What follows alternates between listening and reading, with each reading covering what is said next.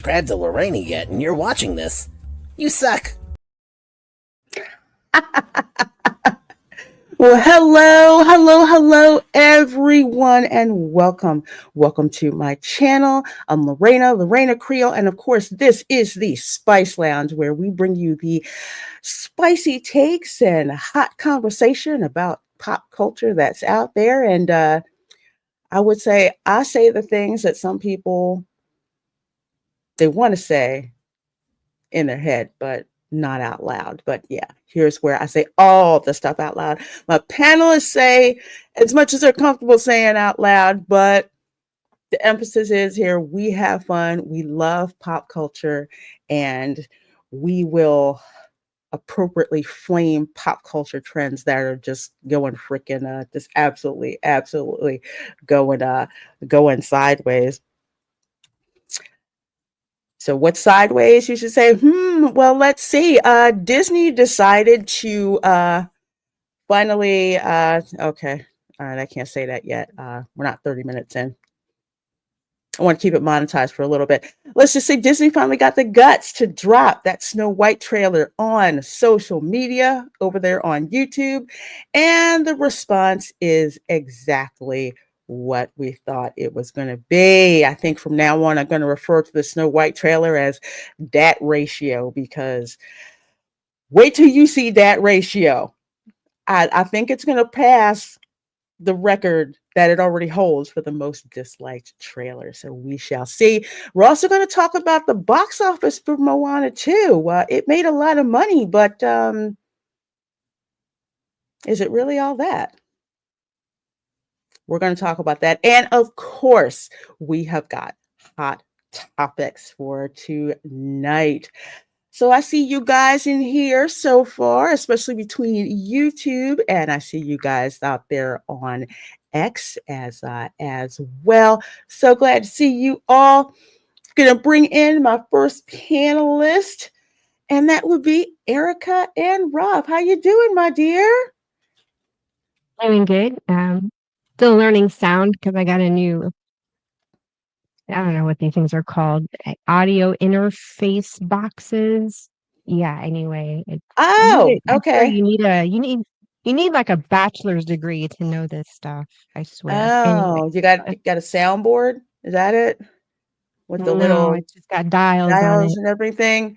Oh yeah, I know, but I don't know, but I do know. So if I sound weird or if I'm up and if my sound is off, you know why? Because I'm still tweaking the sound, so I may come through kind of weird.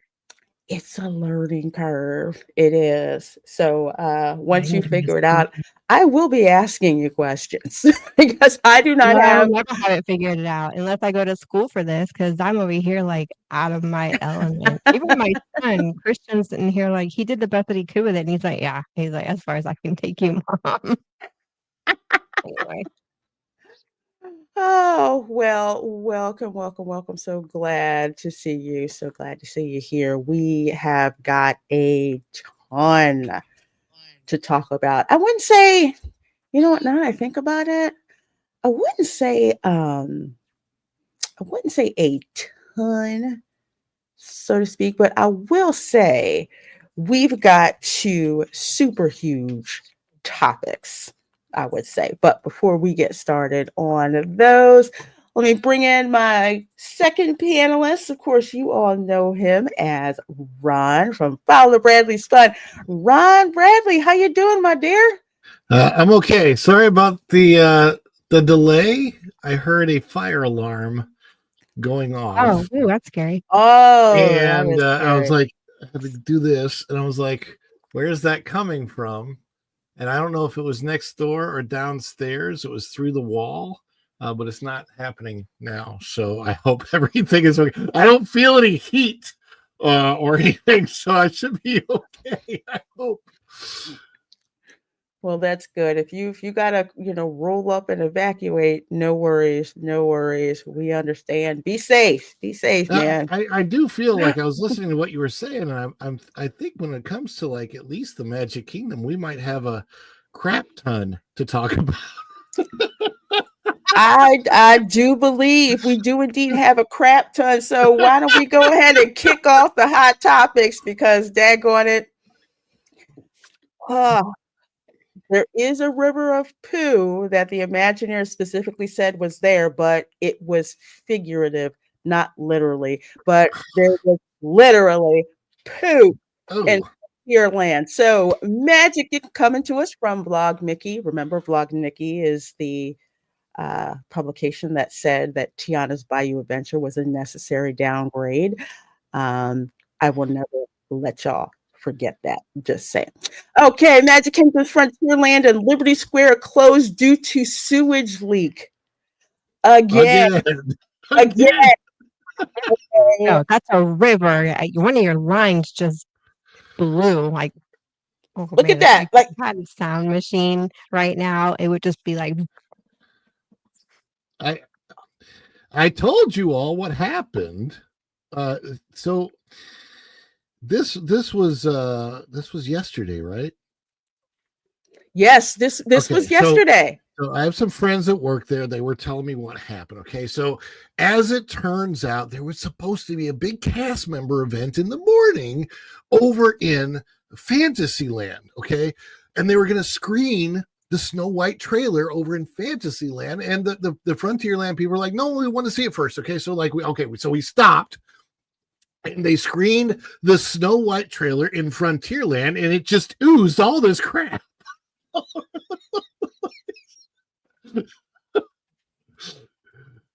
I will say this much. The first time this happened, literally on Main Street, there was a Roto-Rooter van. Literally a Roto-Rooter van on Main Street for sewer issue. And yesterday, same thing. This sewer line broke, and this is I've never heard of this happening at the Magic Kingdom before this year. Okay, so let's be honest. These sewer lines are 53 years old. Okay, yeah, right. True, that's true. Baby. That's true. My beautiful wife. So yeah, that's. I mean, these, and at the same time that things are deteriorating as they do over time, right? That's just that's just the truth. At the same time, though, maintenance staff is way down. They lost so many people from maintenance in 2020 and custodial and everything else, and they just don't have. It's not like people want these jobs. These are not the jobs people are clamoring for at Disney. And if you've noticed, like, one of the things that I've noticed on my YouTube is, like, Disney is out there. They want to hire. They cannot get enough people to come work for them. There have been advertisements on my own YouTube videos. Like, I'll click on them to watch, and an advertisement comes up. Hey, come work for the mouse. Or it's usually these people telling stories of why they have the greatest job in the world and blah blah blah. Whatever. Yeah, like why they love. Yeah. And hey, I'm not dissing cast members. Obviously, cast members are, they are the magic. They're what makes it work. But these are not jobs that people are clamoring for. They're not jobs that people are after. And frankly, over the last several years, since 2020, 2021, the people moving into the state are more affluent people. So a lot of retirees, a lot of people who are left New York, New Jersey, California, other places in the country where, Pennsylvania, but my point is that the people moving here are people that are affluent. They have money. So it's not the kind of people, the people moving in are not the kind of people that will be filling these types of jobs. So it's just down. It's just, and it's really, as a very long time fan of the parks, coming here since I was 5 years old, over the course of 5 decades almost, it is very sad to see the Magic Kingdom in this kind of shape, and it's even worse to smell the Magic Kingdom and Epcot in this kind of shape. Yeah, it is. It's horrible, and with these types of jobs. For like maintenance, especially for like HVAC, HVAC, plumbing, all of that. Those are very specific trades. And they do make a lot of money per hour. Not as much as the professionals do, but if you've got someone who's got their own, like one of their own companies like this, they are making a lot of money. But the other thing to understand is that Disney, even though they need these people, there's competition for those people. So that's the other thing that you've got going on. But it used to be, Disney never had this problem because they didn't have a hiring issue. And even worse with this thing, guests weren't even compensated. From what I heard, there was no comp given. And then they try to tell people to not take pictures of this. It's like, okay, look, how much do you charge us to get into this park? And you don't want us taking pictures of this happening. That's Give me a not what you refund have. and I won't take a picture. Exactly. Make it worth my while. If it's like, you know what, we're going to comp you a ticket, go to one of our other parks or whatever, or something like that. Something that shows monetarily, we realize that you're inconvenienced. That's what should have been done, not, don't take pictures or, all of that. Because what this uncovers, and I saw it last night at Epcot, the lights aren't working. The lights they said that were fixed, or people thought were fixed. And I'm like, give it a day. Give it a Not day. working. That's it. One day, and boom, they are not working. Not working at all. So it's like if you think that's bad, talk about stuff that doesn't make sense. Ron, you want to tee this up? This is just funny. Yeah. I don't think Josh Gad quite understood. So basically, this was just me scrolling through Instagram, and this popped up on my feed, and it's fine. I get where he was going with this. His tour guide, he's like a VIP tour, right? Because he's a celebrity. His VIP tour guide is named Summer, and of course, his thing is with what's the snowman that he plays? Olaf. Olaf. Okay. So Olaf, blah, blah, blah, in Summer, right? But I don't think he realized the words to this song. What I wrote it down. I don't have it in front of me. In summer. Yeah, it talks about singing that part. But he talks about how his happiest place to be is in summer. Yes. If you know, you know. Yeah. The words, when the words came up, because this post has the song with it, right? So the words came up, and I'm listening to the words, and I go, I don't think he intended for that to come out that way. I'm sure, look, here's the thing, completely innocent, but it's just really, really funny how those words don't quite work with this picture of him really, really wanting to be in summer. It's like it sounded better in your head. Yeah. And before you put it out there. So it's bruh. It's just not cool. But that's Josh Gad for you. I'm sorry. Not sorry. His voice gets on my nerves so much. I don't even really play. I don't even have Olaf as a companion unless I have to in Disney Dreamlight Valley. It's that oh gosh, that bad. But yeah, he puts you to trash. It's like, look, it's like when you put it together, like with little kids, if you say something like, if you say, yeah, but whatever, and kids are like, hey, you said but. It's kind of like that. Oh, like that. Here's the words. Speaking of sewage and butts, this is the official trailer, and we're going to get to the actual story a little bit later, but I just want to show you all, because I want to do this live on the channel. Yes, I have the API that pulls the dislikes from YouTube. Yes, I have it. First time I ran this API was, I think, about 10 minutes after the trailer dropped, and it was about 5K dislikes, 5K likes to 8K dislikes. about 2 hours ago. No, an hour ago, I pulled this. I think this is when I dropped this to you guys in the chat on X. 10K upvotes, 90K downvotes. Now I am going to refresh this. And any bets on what we're going to be at? A 115. 120K. 120K. Erica says 120. It's like the Price is Right. Runs 15. Also, just to be a troll, $1. It doesn't really work that way. I know. But let's see what we get here. Working. If I was bidding $1, I would have won. 106K downvotes, but still, oh, look at that. 11K upvotes to 106K. That is a 10-to-1 ratio. About 10-to-1. Yes. Wow. This is no. This is something about, yes, come on down. That's when you look at everybody like you go right down there. But wow. Look at the music in my head.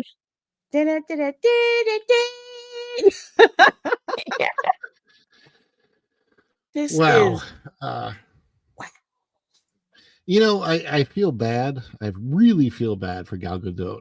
Gal Gadot is, I mean, she is rocking that part. I mean, I'm telling you, it's gonna come across almost like watching two different movies when you go see this and you see the juxtaposition between how good Gal Gadot is and how Rachel Zegler is.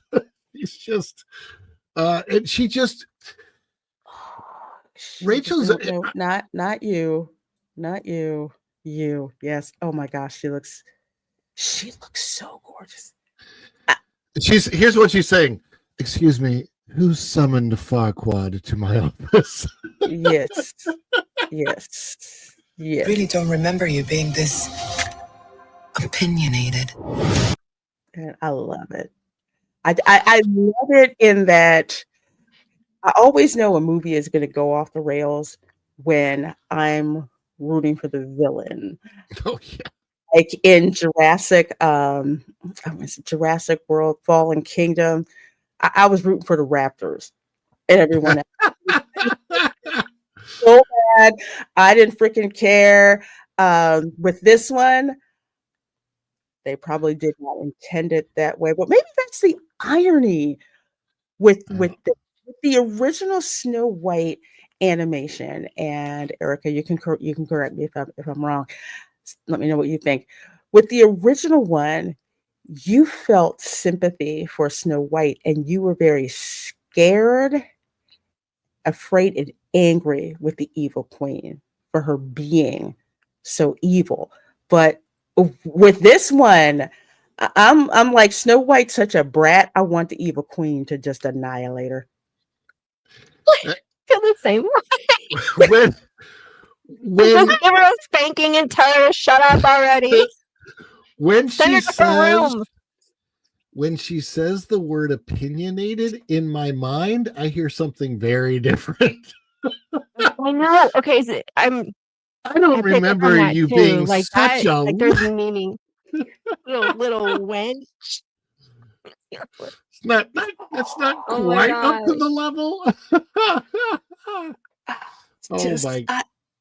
That's just all I can think about. It's just every time her face shows up on screen, every time she says something and tries to sing, it's God, I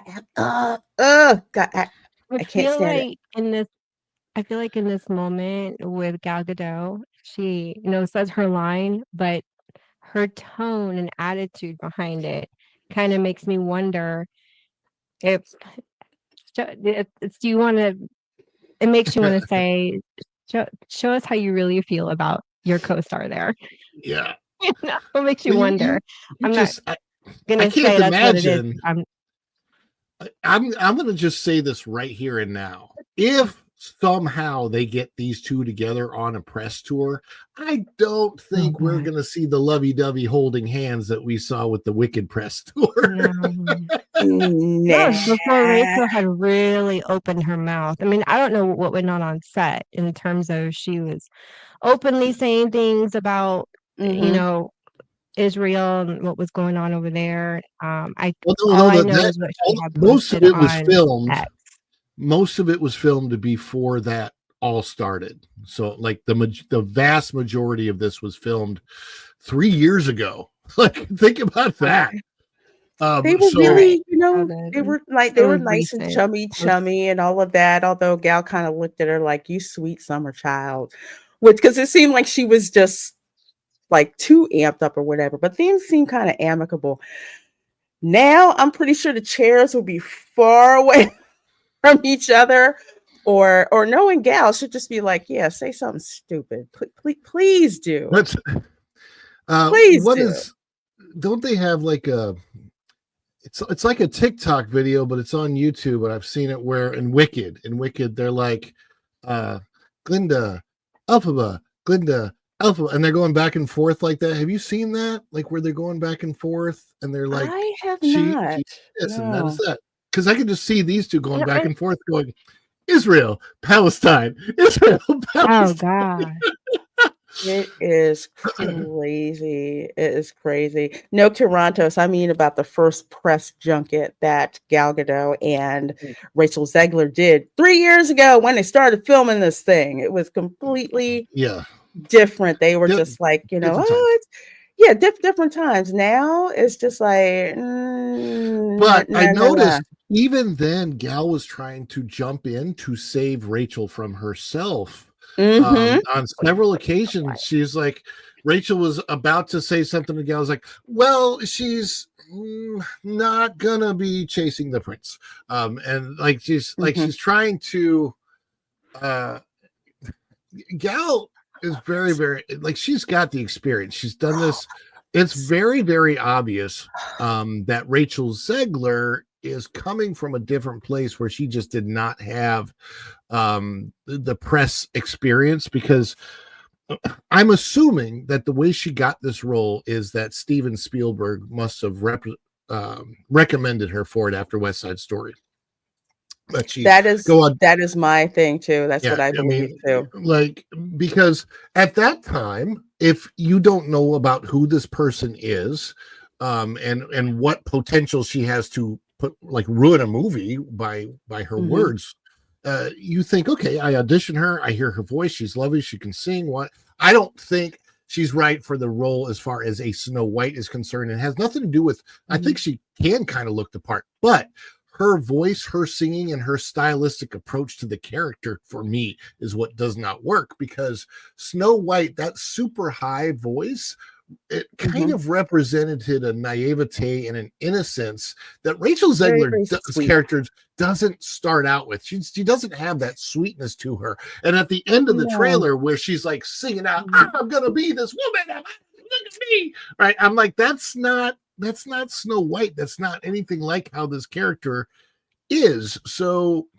when you bring cartoon to live action, you still have character integrity. And in a lot, not just this one, but in a lot of what Disney has done, they have on character integrity in bringing these cartoon versions, these animated versions to life. And I don't like that. Gal Gadot, on the other hand, she's doing the role perfectly. I mean, look at her. She's wow. First of all, in the animated feature, I love when the evil queen goes down to her dungeon, and then she goes to the mirror, and you see this fire, and then the mirror, which shows up. There's just gravitas about that. And I look at this, and I'm just like, I freaking love this. I love this so darn much. But it's just like, I should not be rooting. There's something is wrong. I should not be rooting for the villain in this. I should not be looking forward to what the magic mirror has to tell her. There should be this fear of foreboding, or a foreboding, which you got with the original one. But with this, no. And which just tells me, and again, we've seen the trailer, which they, in a way, I think they deserve this switch, because I think whoever is gung ho about watching this is gung ho about watching this for Gal Gadot, to see her character do what they should have did with Maleficent in the live action, and they didn't. This is just but I think there's it's a difference. Maybe she has We an have a hard- extended. I was going to say maybe she has an extended conversation with the mirror. Mirror, mirror on the wall, who's the fairest one of all?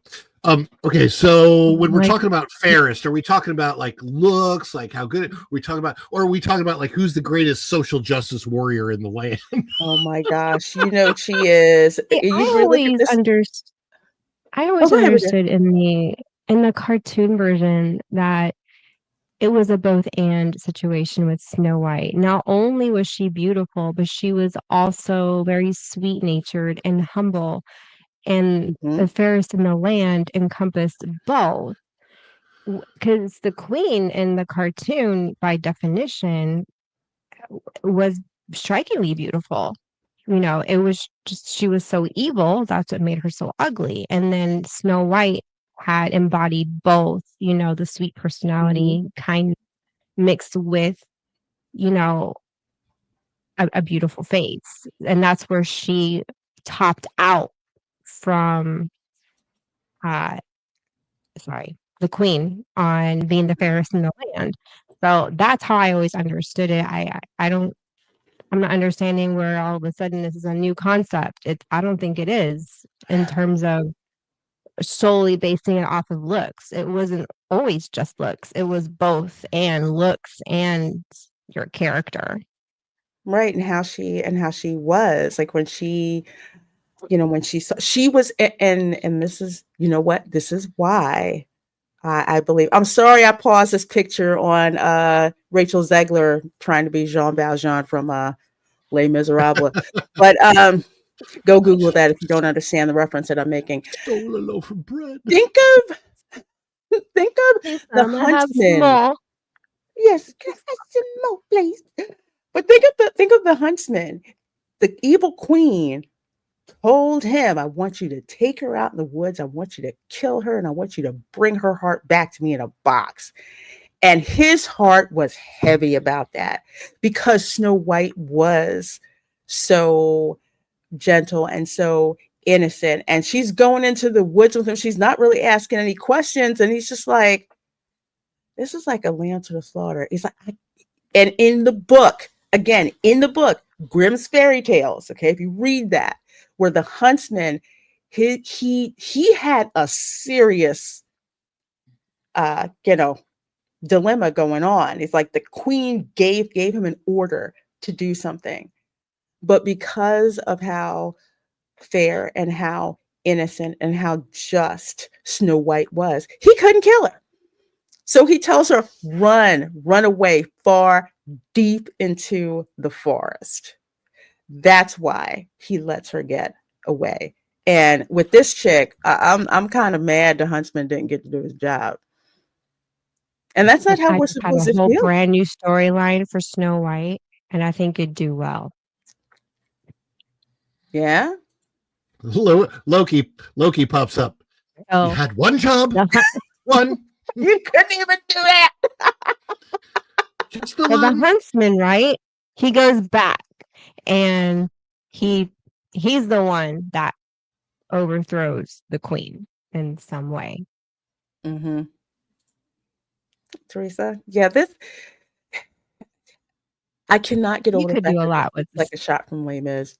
Yeah, it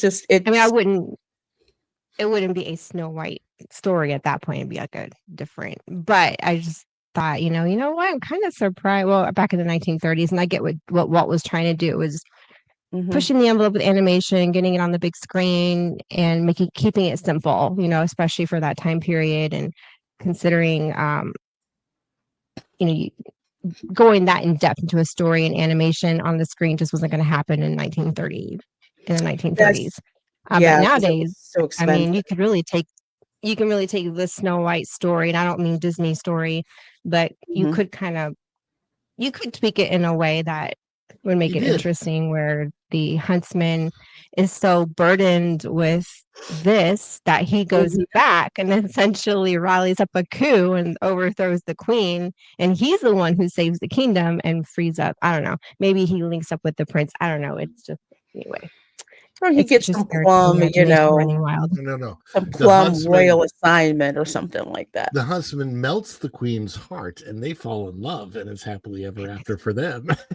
Very, they can As long change as it. it's Gal Gadot, I'm down Exactly. with it. I'm totally down with that. Who will play the huntsman in the remake? All I know is it's a black guy. That's all I know. How sad is that?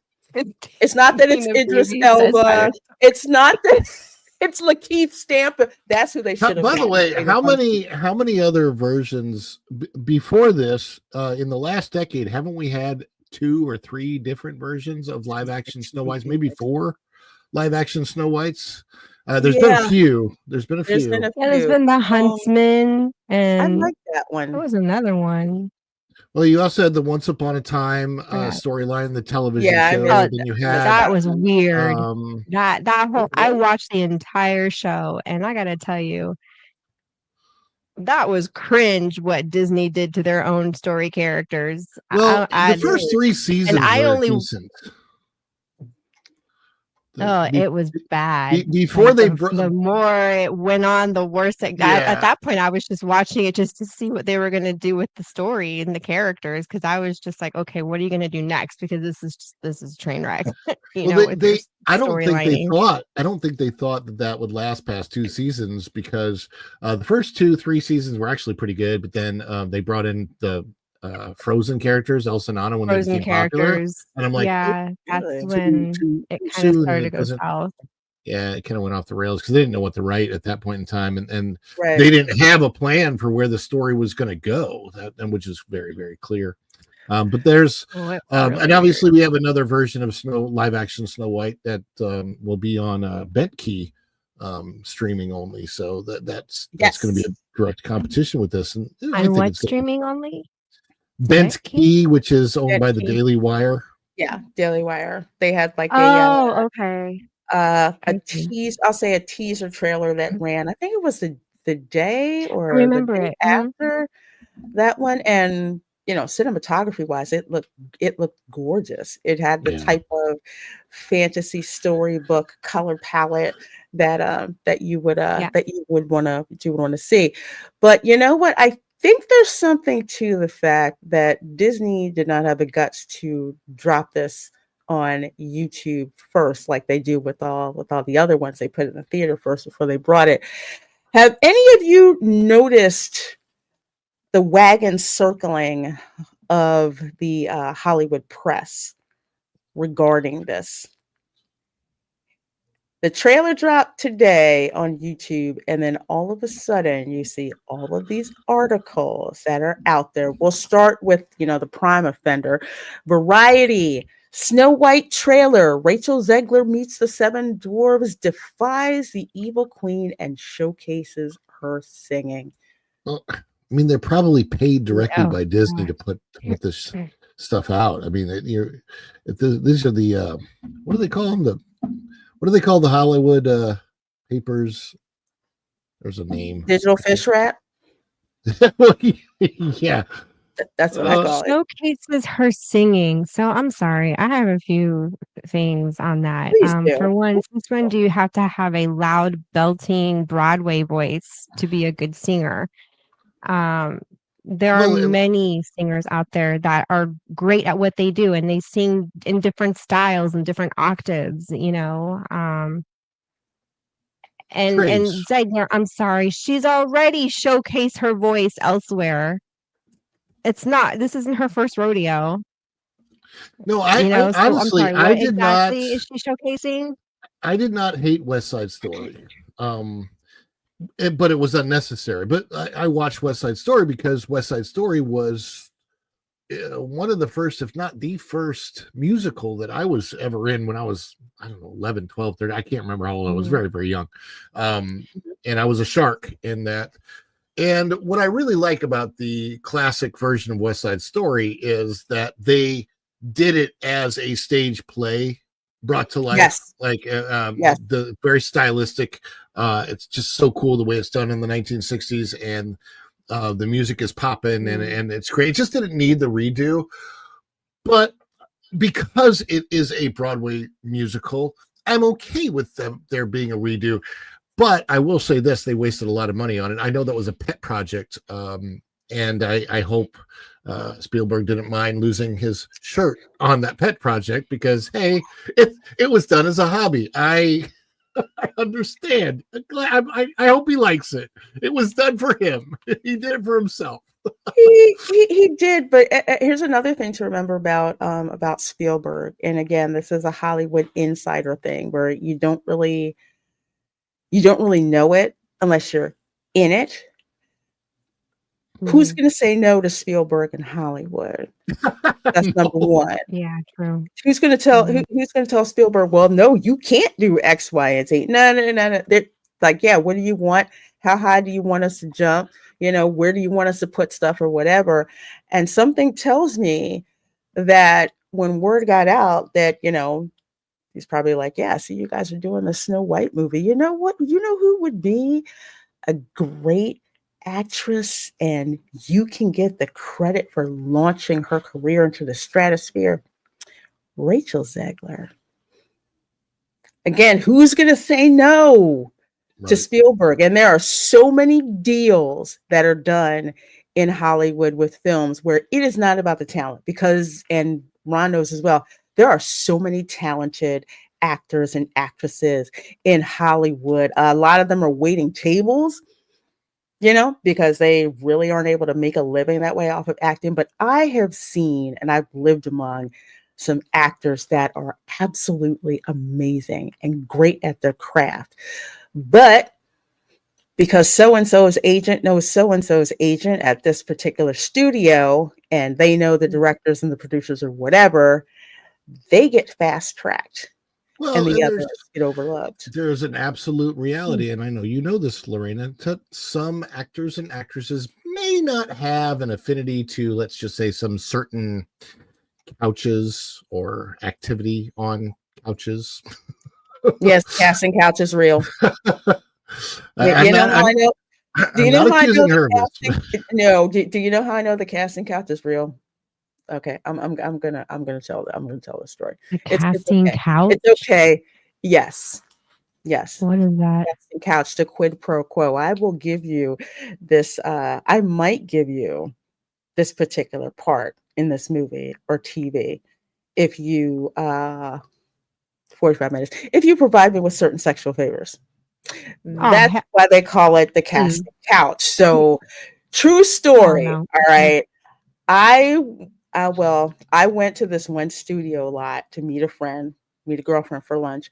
I'm not going to unmask which studio it was, but I'm walking around minding my own business. And this dude, old enough to be my white grandfather, comes up to me and says, "Oh, well, you're very beautiful." I'm like, "Yeah, okay. Can I help you with something or whatever?" And he's just like, "Well, if we're going to date, you need to know what my name is." I'm like, "Buddy, I don't know who you are."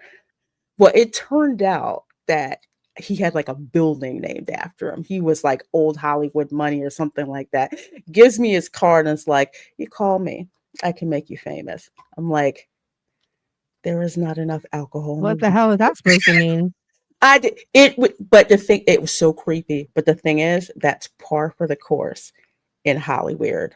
So much of it is about what you look like and how they hire you. It is crazy. Like I said, living in LA had changed me completely. Well, not in a bad way, just made me aware. Yeah, in a bad way. Made me aware of a lot of things, that there's a lot of currency in looks, and you will get certain people around you who will tell you everything that you want to know or want to hear, which is why if you watch the TV series, HBO series Entourage, all that stuff is true. where he had all his boys around him from Jersey because he's just like, I only trust you guys around here. And Alan Arkin, that was his money manager, telling him to stop spending so much money. Oh, honey, I don't hate you because I do not like her voice. Her voice is as grating as Sarah Brightman's voice in Phantom of the Opera. I can't stand Sarah Brightman's voice. I can't. I can't. She starts singing and my ears want to like bleed when I hear it. I don't like her rendition of Christine. That's just me. I don't. So don't feel bad. Do not feel I did not want to go to the couch, you stupid. That's the casting. I didn't want to even know what that was. It was just thrown out there at me. It's a real thing, and it's just sad. It's Heck, I've even heard that some. I've heard that even some politicians have worked their way up that way. I'm not saying who. It's. I know that it's real, but oh my god, did you guys ever write a Jackie Collins book? Yes. Yes. My sister read several. My sister has read almost every Lady Boss, every book she's written. Lucky. My sister's like, oh yeah, no, I've heard some of the stuff that's in those books, and I'm like, oh, what? It is nuts. I mean, you imagine going to some party at the Mondrian in LA just because you got invited to go and you didn't have anything else to do that day. And you have people like trying to find out what it is, what you're working in the business, who's whatever. Maybe you can get me a job, maybe you can't. I was so like nonplussed and didn't give a crap about these people that at one party people thought I was a producer because I just didn't care. I'm like, I'm here for the free drinks and the free food, and that's freaking, that's it. That's absolutely it. But it is that whole atmosphere. That's what it's like. And a lot of it, depending on who you are and who puts you in front of certain people who make those casting decisions, can make all the difference. I know some people who've gone to casting calls and they looked great. They pretty much are what they were looking for, but somebody knew somebody else and they gave them the part instead and had nothing to do with talent. And that is just a open door. Not acting talent anyway. No. It's up to 110 now. 110. Oh shoot. Man. Okay. So now we gotta bet what's it gonna be by the end of the stream. And go. Ooh. I'm thinking here. Yeah. I'm gonna say 125. I'm gonna be that person. I'll take the $1 this time. Okay. I just remember I was on the pro show starting at noon, and what was it up to then? It was going high when he. No, I know, but it started at like 3,000 or something. It wasn't that. Mm-hmm. It wasn't super duper high when we first started, and it's just when we ended, and then it just got tick, tick, tick. Yeah, it was so crazy. Did. Yeah. I can't stand Sarah Brightman and your former coach, Nita. He's brought her range down and she sounds much better. Okay, I'm willing to give her a chance to see if she can impress me now. But man, that sucker used to make my darn ass hurt. Oh my God, 150. Tina says 150K, Bob. Technically, she's fine. The problem is she doesn't have enough life experience to put the emotions behind her songs. I think that's a good point too. Especially when you hear Jenna Ortega can nail it every time. Yeah, I know. I'm sorry. Go ahead, Ron. Her emotion is very surface level. Everything that she does is very much on the surface, and Uh, I may not have gotten famous doing that work, but I know what it takes to be a good actor, be a good singer, portray these roles on the stage. I've had plenty of actual experience doing it. I just wasn't one of the super high paid ones. And to me, she gives a decent, passable college level stage performance, but I just don't think that she has the professionalism uh, um, to to pull off these roles the way that they should be with Disney. Now, I like the idea that Disney went with an unknown actress. Agreed. It's unfortunate that she has made herself known for all of the wrong reasons before this came out. It's and I don't think Disney could have known that beforehand. The fact she's only half Latina, so as far as the looks are concerned, it's not that big of a deal. So again, she just does not, to me, embody the spirit of what Snow White is supposed to be. Looks wise, when in the book, this from the Grimm's fairy tale, the reason she's called Snow White is that her mom was holding her birth mother before she died, was holding her, and she looked down at the white snow, and the window had a black valance around it, and then there was something. Like a red rose or something had like just popped up. Yeah, there was a red rose blooming in the snow, which was rare. Matched her lips. Yeah, and it matched her lips. So she's like, "Oh wow, the lips is red as the rose, and the hair is black as this coal, and the skin is white as snow. That's what I'm going to call her. I'm going to call her Snow White." And that's where the name came from. Obviously, not here, but yeah, it's just the whole thing is just so convoluted, and it's so it's sad and tragic. Good and should be good in a teen drama as the. I actually think she would have been better as Belle than Hermione. As Belle, I think she would have been better than Belle than Hermione was, because Belle has a different, like a deeper type of a voice. But I'm not saying that she'd be great. And she had more of an attitude. She had more of that, I want to be independent. Right. That's Belle's whole shtick. Yeah. Yeah. I don't want to, marry this Gaston and have his, 10 kids, 10, 12 kids, all boys, strapping young boys like me. Strapping boys like me. What an a-hole. And she's like, imagine that. Well, today is the day all your dreams come true. What do you know about my dreams? Plenty. Picture. Remember, they're all there. They're all gathered for the wedding, and he's like, "Well, I guess I better go in and propose to the girl." I was like, "Dang, that's." But I see exactly what you're saying, because her attitude would fit. It would fit more, a little bit more with Belle, and that would make sense. But they also like that live action. That beast did not look right at all. No. And then they added in the whole thing about the bubonic plague. I'm like, that's completely unnecessary. What the heck are they doing there? I don't know what and that of course was like a remake. They definitely added in the transgender and gay thing to that movie that was so not necessarily they did. That was obvious there.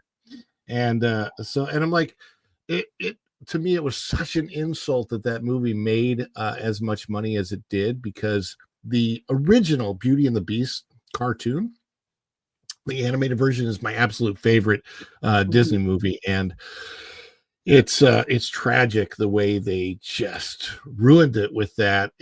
But the company looks at the bottom line and says, "Oh, but it made a lot of money, so it must have been good." And I'm like, "Yeah, that's just not." I mean, I don't think it does well on streaming.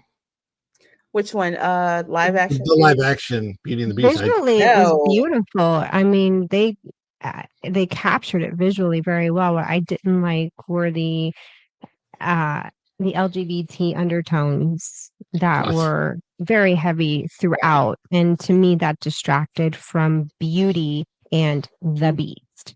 It completely distracted from the two of them and the story being about the two of them.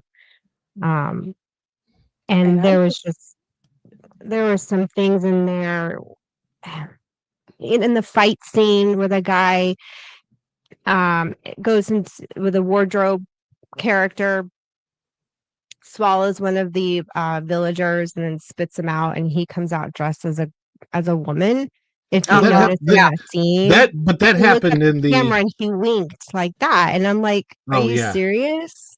yeah. So I'm so like, "That was unnecessary." in the animated version that happened, and the guy freaks out. He's like, "What am I doing?" Ah, right? It's Yeah, because I it's a funny know, but joke, right? in It's played as the a joke. But in this one, right, he comes out and he's like, "Oh, it's like he I liked like it. this." He had Yeah, this Yeah. like, "Ooh," and there Oh, was that's this like cute. little wink and nod, to the audience, and I'm like, "Okay, kids are watching this," I'm thinking, and is that an that's just early doesn't need to audition be for a displayed future like that. Jaguar commercial? Oh Lord. Yeah, I'll have to That's a show nice you that caveat. the car made for drag queens, but no self-respecting drag queen would ever drive or drive it. Something Oh gosh. something else. Another thing with the Beauty and the Beast movie that I did not like. Okay, granted, I think the setting was what, 1700s? Okay, granted, there were black people in France, but they were mainly in Paris. They weren't in the countryside. I'm just saying that threw me off a bit going on. I could overlook it, but I was just kind of like, this does not make sense. We're in the countryside. We're not in And LeFou Paris. was just absolutely over Gaston, and it's like, okay, can someone throw some cold water on this guy because you know. And speaking of him, and another reason why I can't freaking stand Josh Gad. So remember, okay, so there's a Beauty and the Beast sing along that's over in the France Pavilion.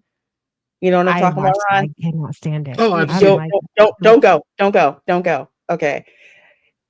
They make it so now no. LeFou is responsible for getting Belle and Beast together. And not only that, they don't even sing What? the whole dang songs from beginning to No, end. the songs are like 1.5 minutes long each. Yeah, they like clip it. Like me and other kids are looking at each other like, wait, what happened to the first Here's how the song? songs are. There goes the baker with his tray, like always. That's it. That's And the whole that's song. it. And look at and if you ever go, if you ever go, look at when everybody's singing and when they cut that off, look at the kids singing. They look pissed that somebody interrupted their sing because I was ticked. I'm like, did I miss something? I'm looking at the kids next to me. I'm like, did you miss that? What happened to the rest of the song? Because that's the song where you get to meet Belle, why she's so bookish the way that she is, and also how the townspeople see her. And it's the funny things that the townspeople would say. Like I think it was the baker Mhm. where he says, good day, madame. Good morning, madam. How was your family? The good day, monsieur. How was your wife? And his wife hits him with the rolling. Rolling pin. I need 10 yards. Mm. It's too expensive. I mean, that fun song, and they cut it and they get rid of it. And yes, Mama Saurus Rex, that's exactly what they did. I don't know, I'm on a tangent, but what I'm illustrating is with the original animated film that is still out there with those amazing songs. Everyone knows in a musical, that first song, that's the hook. Mhm. Yep. That's the song that know. That's the song where they do to introduce you to certain characters and kind of get a little bit of the motivation for what's going to be going on, in the musical. And that song, I love that song so much because just with the crazy things that are going on and how you get to meet this town, and even like at the end when Belle stops and she looks around and they're kind of like, okay, back to what we were doing. She's looking at us now. Stuff like that. But yeah, they cut it down to like a minute and a half, and LeFou is now the one responsible for getting Belle and Beast together. So you didn't Yeah, see him, but yeah, That's it really doesn't ridiculous. make any sense um, whatsoever that they tried to do it that way, but it's just weird. It's funny. But great I song. only saw it once. It was in 2023. Yes, and I LeFou remember. redeems himself. That's the other thing that pissed me And off. I I don't was just even like, remember. I was bored. I couldn't wait to get out of there, and then I just brain dumped everything after I left. I I was don't bored too. understand why in the live action movie they did not port over the songs from the Broadway play that were original to the Broadway play. It's the same story, but there's more songs and it goes more into depth in the Broadway play than the animated version. And there's some amazing songs that they did not port over I've always to the wanted movie. to see the Broadway. I've never seen a Broadway show ever. I've Uh, always wanted to. I There's played one day Gaston we'll get in there. that One version, day. not on Broadway, but in that version, I Mhm. played Gaston. So it was like the Mm. best, my favorite role that I ever played. It was a blast. If you It's go to Foolaboo. I've got my sights set on that one. The that inventor's one. daughter? She's the one. Yeah. The lucky girl I'm going to marry. If you love that, over at the studios, see it now before they decide to yank it. The Beauty and the Beast stage show that they have, it has all the songs from beginning to end, and it's an amazing show. So at least at least for now, they Yeah, still have right. it. But don't think that the sing along in the France Pavilion is the same thing. Oh, no, very, very different. Mm-mm. The Why the live heck am stage I show is pretty looking good. at? I'm like, why am I looking at Ted Danson? Anyway, again, Hollywood Reporter, Oh, that's Heat why his Vision. face looks familiar. Yes, that's Wow, Ted. wow. I haven't seen his face in years. So, wow. Huh. He's in a brand new show on Netflix where he plays he goes undercover in a nursing home. That's true. Interesting. Hmm. Oh, It, yeah. it's not I just bad. I mean, I've seen the first couple episodes. said It's that. not I work in great, a but nursing home. It's quite interesting. Old yeah. people are really interesting people. Um, the Yeah. Really. what's her Like, oh my God. Sally Struthers is in this show, so that's interesting. Oh, okay. There's a lot of they put a lot of older actors and actresses that you would have been familiar with from their shows 30, 40 years ago in this to propagate the nursing home with. And also Mirabelle. Mirabelle is the director of the nursing home. Stephanie Beatriz, the actress that plays the voice of Mirabelle in Encanto, plays the director of the nursing home in this. Ah, okay. I may have to check that out because I saw it like pop up on my Fire TV, and I'm like, okay, I'll Yeah, put that on my it's watch list to maybe check out to see what it's like. But here with the Hollywood Reporter, Heat Vision is usually reserved for, I want to say, like sci-fi, MCU, DC. Now they put this in the Heat Vision section. With Disney's Snow White, Rachel Zegler regains kingdom from Gal Gadot's evil queen in official trailer. Studios live action 200 million remake. It's not 200 million. Not with all those reshoots. I think Pro said something like what? Like close to 400 million. It is not 200. It is not 200. All the reshoots they had to do, the first stage, burned down. That's why God was telling them to not do not do this movie. It is way over 200 million. This is disingenuous as hell. It's way over 2 million. Will hit theaters on March 25th, 2025 in a reimagining of the 1937 classic. That shouldn't even be in the same sentence, because if you any kid who has read the original Snow White, who knows about it, it's just like Snow White didn't have a battle with the evil queen. That didn't happen. And why is that happening? And I think it's because they totally took out the romantic element. This is what I'm thinking. I could be wrong, and replace it with this uprising, which I hope the evil queen. Well, we know what's going to happen. I was hoping maybe the evil queen would turn into the to like a dragon and like smoke everybody. But sorry, I got that confused. But the House of the Dragon. What's the potential that somehow Snow White passes on the apple and it goes to the prince and she has to save him? You I know, mean, someone brought up an interesting point that in the trailers, there's no visual of Snow White in a coffin. Oh no. She's not laying. So I'm starting to wonder too, like how they're writing that.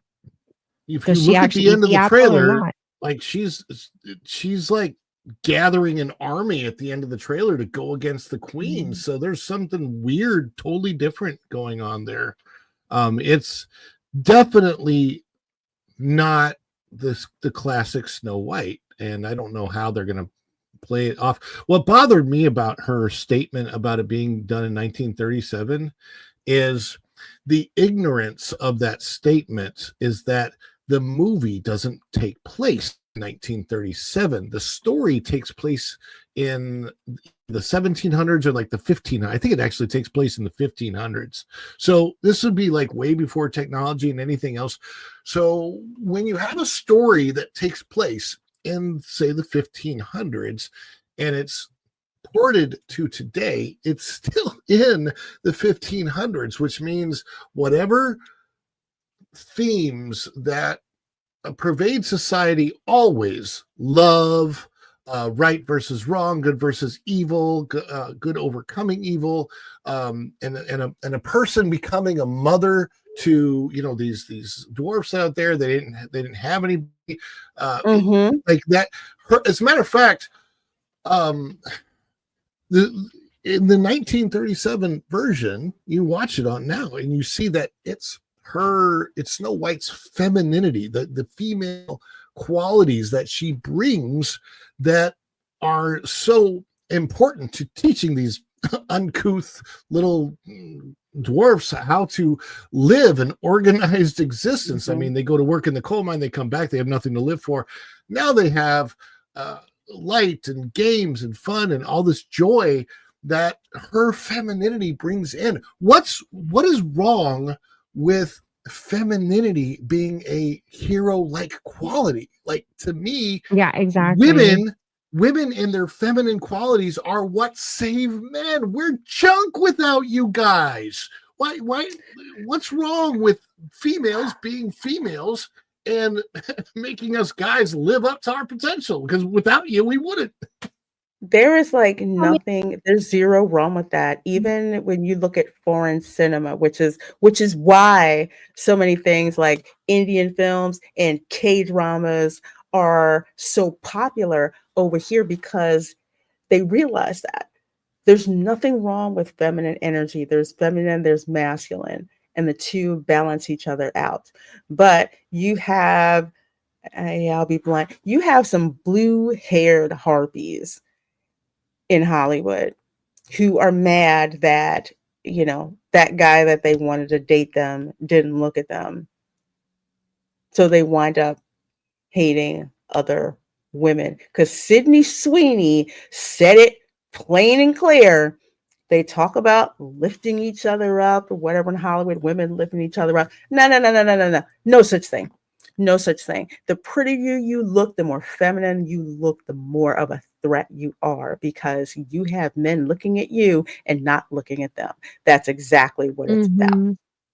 I mean, like, look at all these other look at the other characters that Disney has written that had those strong qualities that Ron was just talking about. Belle and Jasmine, Ariel. I mean, I mean, a 16-year-old defying her father and standing up to her dad. I mean, that's kind of a big deal. Then you've got Belle, who didn't want to settle in life, and she went and pursued her adventure. And I mean, yeah, you have to remember that too, that Belle wasn't looking for a guy. There's no way in which Belle was looking for a guy or love. Yeah, she wasn't pining for a man. Stuff. Yeah. It just organically, she fell in love with, a beast, and I mean, there was so much to the story of Beauty and the Beast than just, boy meets girl kind of romance. There's a lot more to the moral story of Beauty and the Beast. And It was in I don't know, like effect what I was Disney's talking just about, how that femininity is that heroistic quality that can change a yeah. beast into a halfway decent guy, Yeah, because and halfway he decent. did things. He saw her for more than more than just a captive, but it always did hit him a certain way that she gave up her life so that her father could escape.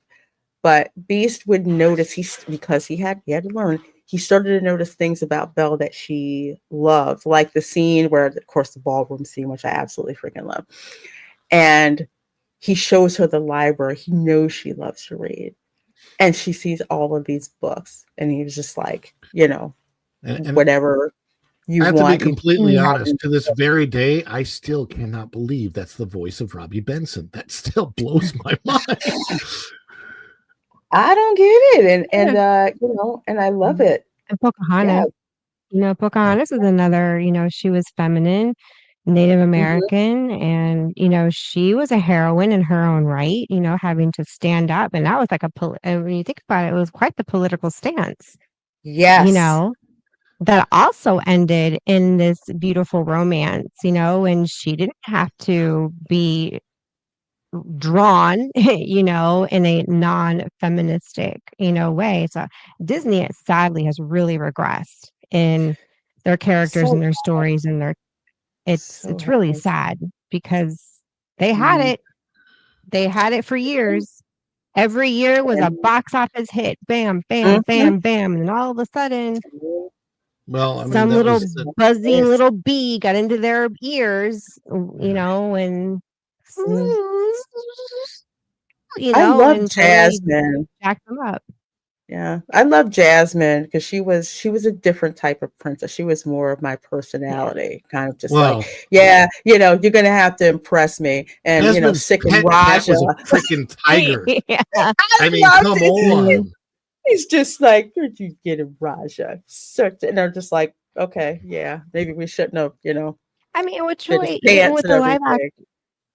with the live action of Aladdin, I don't know why they needed to change her. She was already portraying a form of feminism in the cartoon because she wanted to be a prize to be won. Hmm. She wanted to choose her own love interest. She wanted that freedom.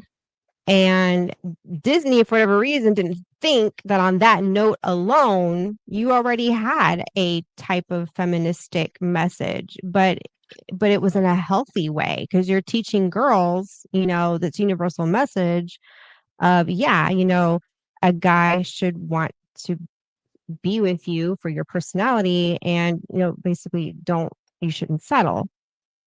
Um, eh, I never bought the live action Jafar as ever being able to be in love with Jasmine because he just didn't seem like he swang that yeah, way. that guy just looked weird.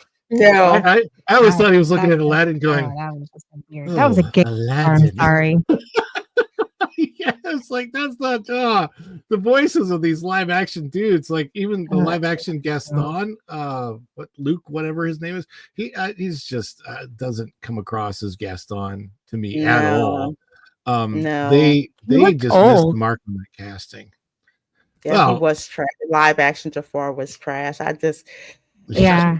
Looking back now, I mean, the live action movies now are like are complete you garbage are you a compared to diamond in the now. rough, boy? I'm just like, what the heck is going on? It's just I I liked Will Smith as the genie. I wouldn't say he's better than Robin Williams. I loved Robin Williams as the genie. I think they're very different.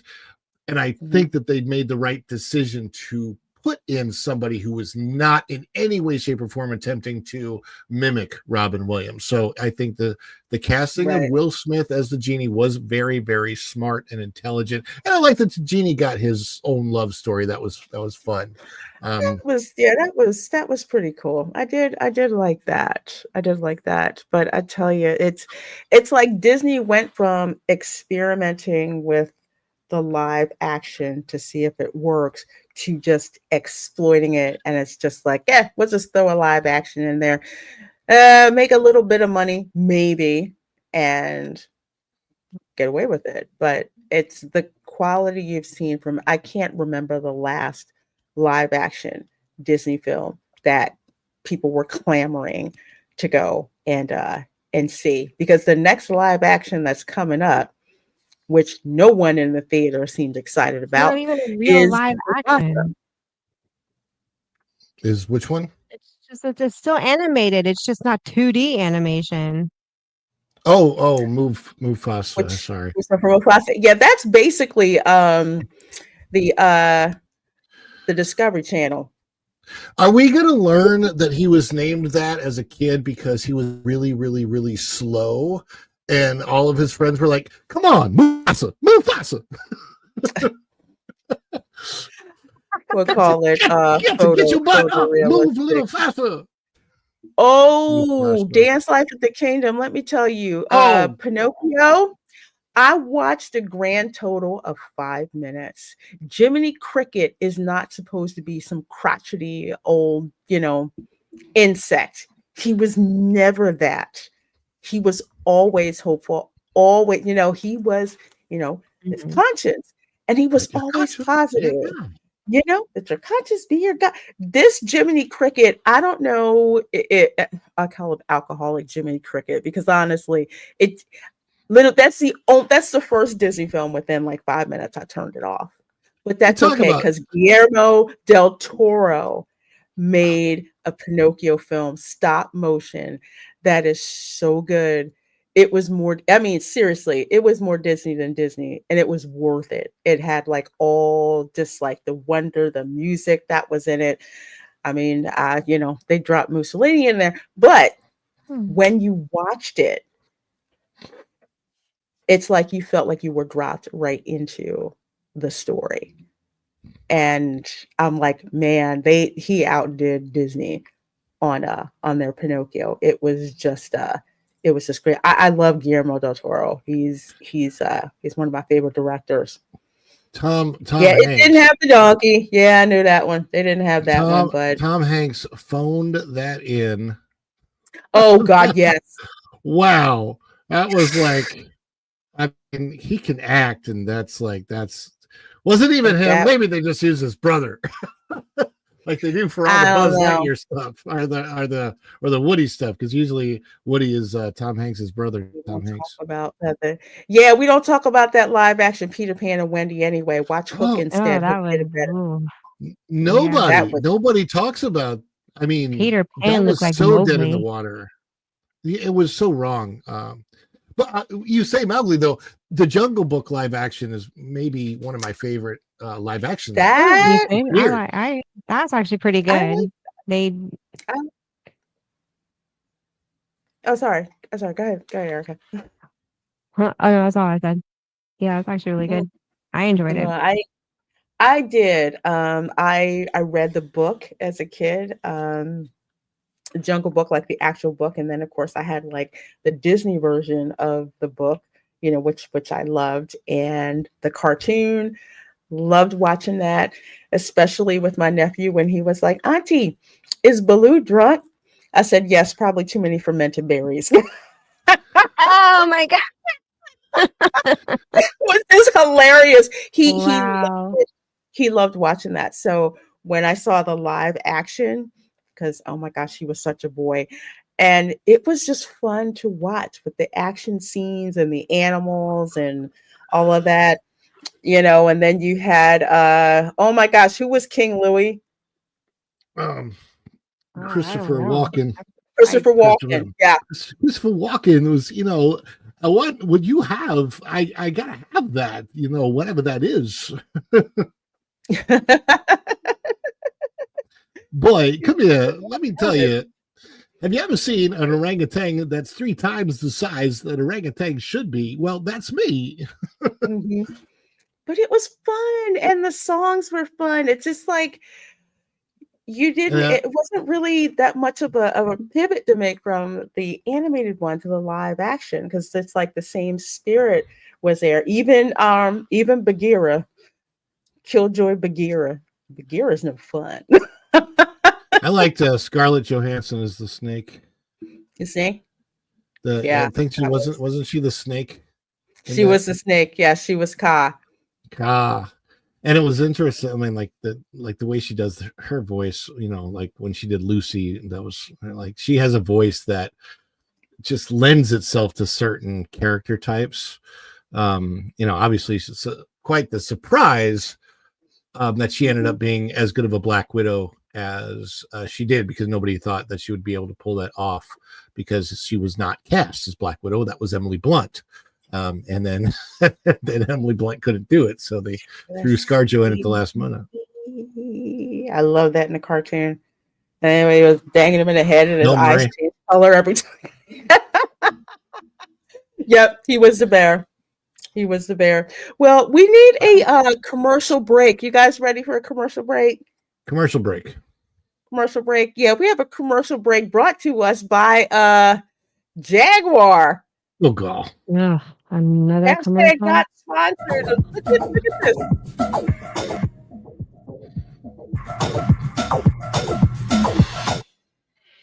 Why does this look like something out of Fortnite? They actually got the Jaguar animal on the car. Huh. Yeah, they got the label.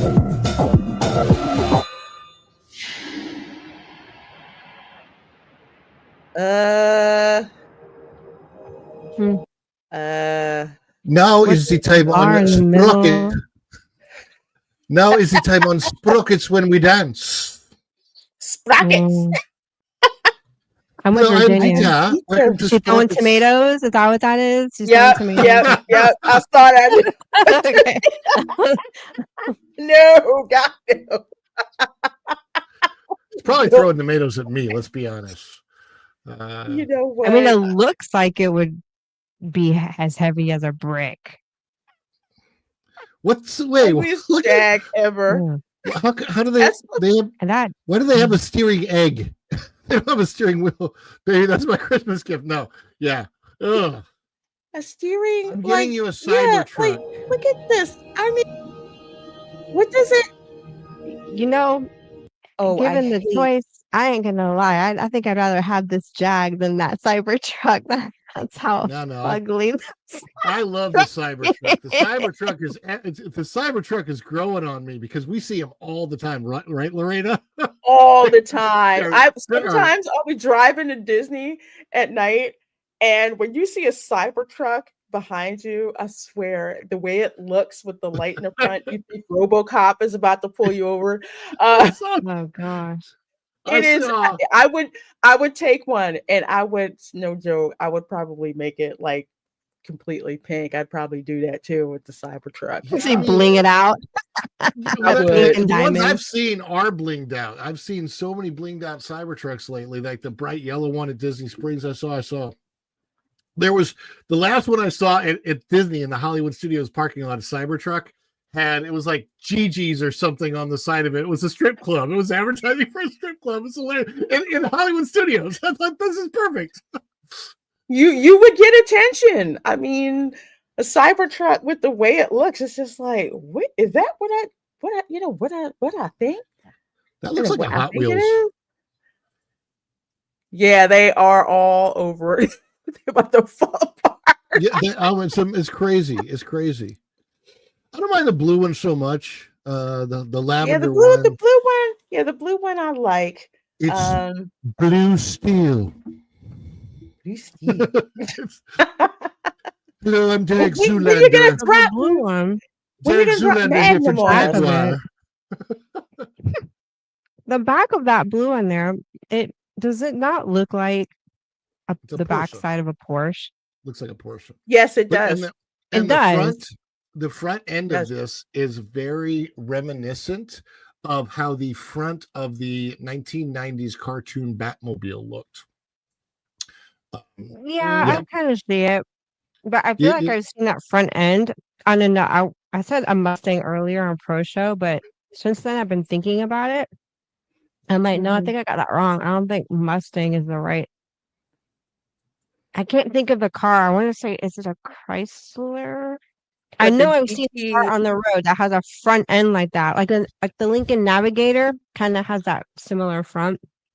you mean the new ones? I know the new ones kind of they're like a little bit more blocky because like I have a Lincoln SUV, but the newer ones they kind of I want to say the front is not as round.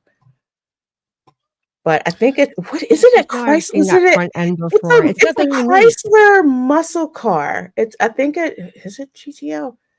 I've seen one. I know what you're talking about that front end wheels look like I've seen it J before. I just, wheels. They or remind maybe I've me of seen it, Porsche wheels. or Oh, sorry, maybe go we've ahead, just Erin. seen it on multiple models over the years, and it's really. It says here, copy nothing. Okay, clearly you're copying something Oh because yeah, we're there's picking a up on influences from other cars, from other makes. And Mm-hmm. then they act like they're coming on scene with something new when they're not, because I'm sorry, but Elon Musk got there before anybody else did with the electric car. So you're not bringing anything so new and unique to the table. Mm-hmm. They need to rebrand their whole copy nothing. It's a bunch of bull. Ugh, it's just a mess. It's just a total mess. I mean, if for all of the cars, the vehicles out there, a lot of the same designers work for the same companies.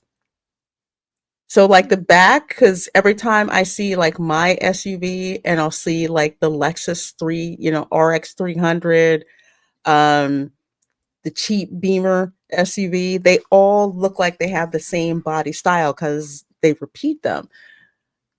So from the back here, yeah, back looks like a Porsche.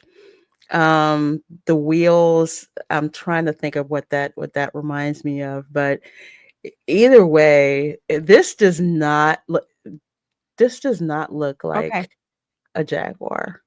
I think I got it. One of our commenters mentioned the Chrysler 300. Thank Yep. you. I knew it was Chrysler. Yep. And that's what I was thinking too. My first thing was I know it's a Chrysler. Like it's a Chrysler Hmm. car that keeps coming to my mind. I didn't know what exact model, but that was the brand, the manufacturer that kept coming to my mind. So I forgot who was it that said that. Mark. Yeah, Mark Dolly. Yep. Yeah, I'm looking. I'm Such copycats for not copying anything. Oh my copy god. nothing, just steal bits and pieces instead. Yeah, you know what they copied? A little bit of this, a little bit of that. So it's A like little bit when of you say that. copy Exactly. nothing, Frankencar, is that what we're gonna call it? We'll call it a Franken Jaguar. That's right. That's what we'll call it. my question is, after seeing their earlier commercial, does this actually identify as an automobile? Maybe this awesome. Maybe it identifies as a helicopter. Uh, because I can't tell. This could copy nothing, just steal business. They look like. Are these real pictures? Because this looks like concept art. I can't. I want to say, is this AI? Yeah, I want to say it is. It is. Well, I think a mixture of the two. Because if you've ever seen, like, well, I'll go with like, for example, the Lincoln, because they keep trying to make me get a Lincoln, not Aviator, uh, what the heck? Nautilus. Okay, every time I see a freaking Nautilus, I've seen the commercials like this. I mean, yes, eventually you see Matthew McConaughey. I'm upset that I did not get a Matthew McConaughey with my Lincoln, but they'll do like a flyby of all of the features. Since this is the first one, so you're not gonna. So this one they don't have, like the car doing a test like Jeremy Clarkson and Top Gear. They're not showing that, but this is more of like, oh, this is the concept of what they look like. The prototype. Maybe they took pictures of and dropped in there to try to say, hey, this is a Jaguar. Unless RuPaul's Drag Race is sponsored. I'm sorry, I don't stand. Can you throw up a picture on the screen of what a Jaguar currently looks like? Oh, yes, I will. I had them last. Just by comparison, I just want to. I mean, I don't see a lot of Jags on the street here. I see more Maseratis, believe it or not. No, I've seen a lot of Jaguars when I lived in. Let me see. Show this one. California. When I lived in California, I did, but not as many. I saw more Ferraris, more Bentleys, more upscale pasta rockets when I was out in California. When I lived in Pennsylvania, the luxury cars, of course, you have Cadillac, BMW, Audi, but you would always see Jaguars because there were Range Rover / Jaguar dealers all over the darn place. I don't know why that is, but I'm always used to seeing Jaguars, especially when it would be cold and people would they'd take the Jaguars out, and it was just a gorgeous, the epitome of British luxury. That's what Jaguar always meant to me. When you see it. Yeah, the XJR.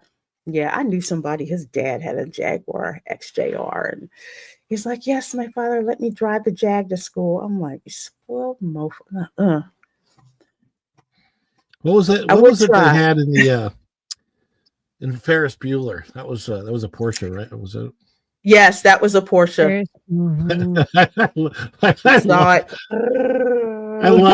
I love when he wrecked that, and it's like, Cameron, you killed the car. You killed the car, Cameron. Oh, this is another one, another Jaguar that I'm used to saying. I know somebody had the vintage Jaguars. We're not allowed to have pretty ladies and No, we can't have hot chicks stepping out of a Jaguar with the high heels and the car coat and the I gotta be honest here as a girl. When I'm looking at this model here, and she's very pretty. Her outfit is adorable, although I like the pant. Okay, I like jumpsuits, the pants jumper outfits, and it's cute. A little too revealing for me, but I still like it overall. Mm-hmm. But when I look at this picture, it motivates me to, maybe eat a little healthier, get on exercise, and take care of myself. Yeah. It's not always a jealous thing with women, I mean, I can look at a beautiful woman and be like, all right, Erica, maybe you should eat a salad today. Yeah. Like when I'm out at the parks, there's this. You want cake, Erica. We know you want cake. You should see me when I'm live streaming and I see all those cakes and cookies. I'm just like, but I want them all. And there's a voice in my head saying, no, you can't have them. Oh, God. Can't have them. When I go to the confectionery at the Magic Kingdom, I was like, why were we created the way we are? We should be able to, if we like that stuff so much, we should just be able to consume it without issue. Hey, you can have it just in moderation. No, I can't do moderation. Shut up. No, I can't. If they bring out that, that big thing like Jingle popcorn, it's like $16, but all I see is sugar and chocolate goodness. And I'm like, I will crush that whole entire thing. I know me. I will freaking, I will do it. But it's like it's just like you, as a woman, you like looking at other good looking women. That's why the Victoria's Secret fashion show went belly up. I think it's back now, but it's never going to be that beautiful. Over the top. Oh, you saw it? The new one? Yeah, I saw clips of it, and it was a beautiful fashion show. And I didn't like the singers because they brought on Taylor Swift and some other girl. I don't know who she was. They have $1 Million Bra. But I mean, I wasn't paying attention because I'm looking at the outfits. They're so adorable, and their wings like expanded out as they're walking Yes, down the runway, and I was like, with the angel wings, and some were different, yes. styles of feathers. But they used to always, every year, they used to always have what they called the $1 million bra. And it was like a bra that was made out of Oh, okay. gemstones with like $1 million. And yes, some Okay. people actually I bought didn't pay that that close thing. attention. But yeah, I mean, it Yeah. was a beautiful, just like it was in the old days, I think they could have brought a little bit more theming to Mhm. it like before, but to get it rebooted, I think they did a good job, and Okay. it's back. It's back, Okay. baby, and I'm looking forward to next year's because they're Okay. gorgeous.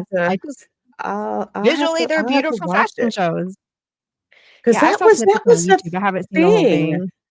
Back in the day when they would have the Victoria's Secret fashion show, like everybody was there for Mhm. that. Celebrities were there for that. It was like, oh my gosh, so much femininity, and Yeah. made lots of money and lots of watch hours, because people like to look at, beautiful, they like to look at beautiful women, and And that's it the does thing that actually you show off notice. it does show off the different styles of, bras and, Mhm.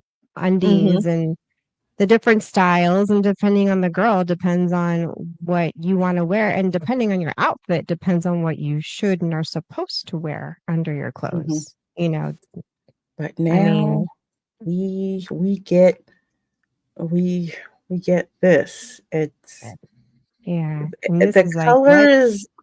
what happened? What happened to Jaguar? This is not getting a fashion show. No, no, and this is the It's thing not that I getting a tried to parade either. this is the Oh, thing that I no. tried to explain to people. And yeah, Nita, I know you were saying, unfortunately, like you were saying, like your parents' friends, that they had like a really bad accident, just like decapitated them. That, yeah, they're pretty low down Mhm. there.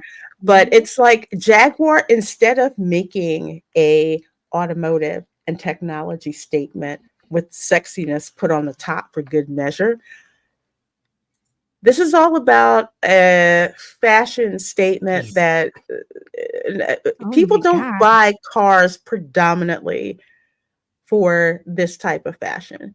They just don't.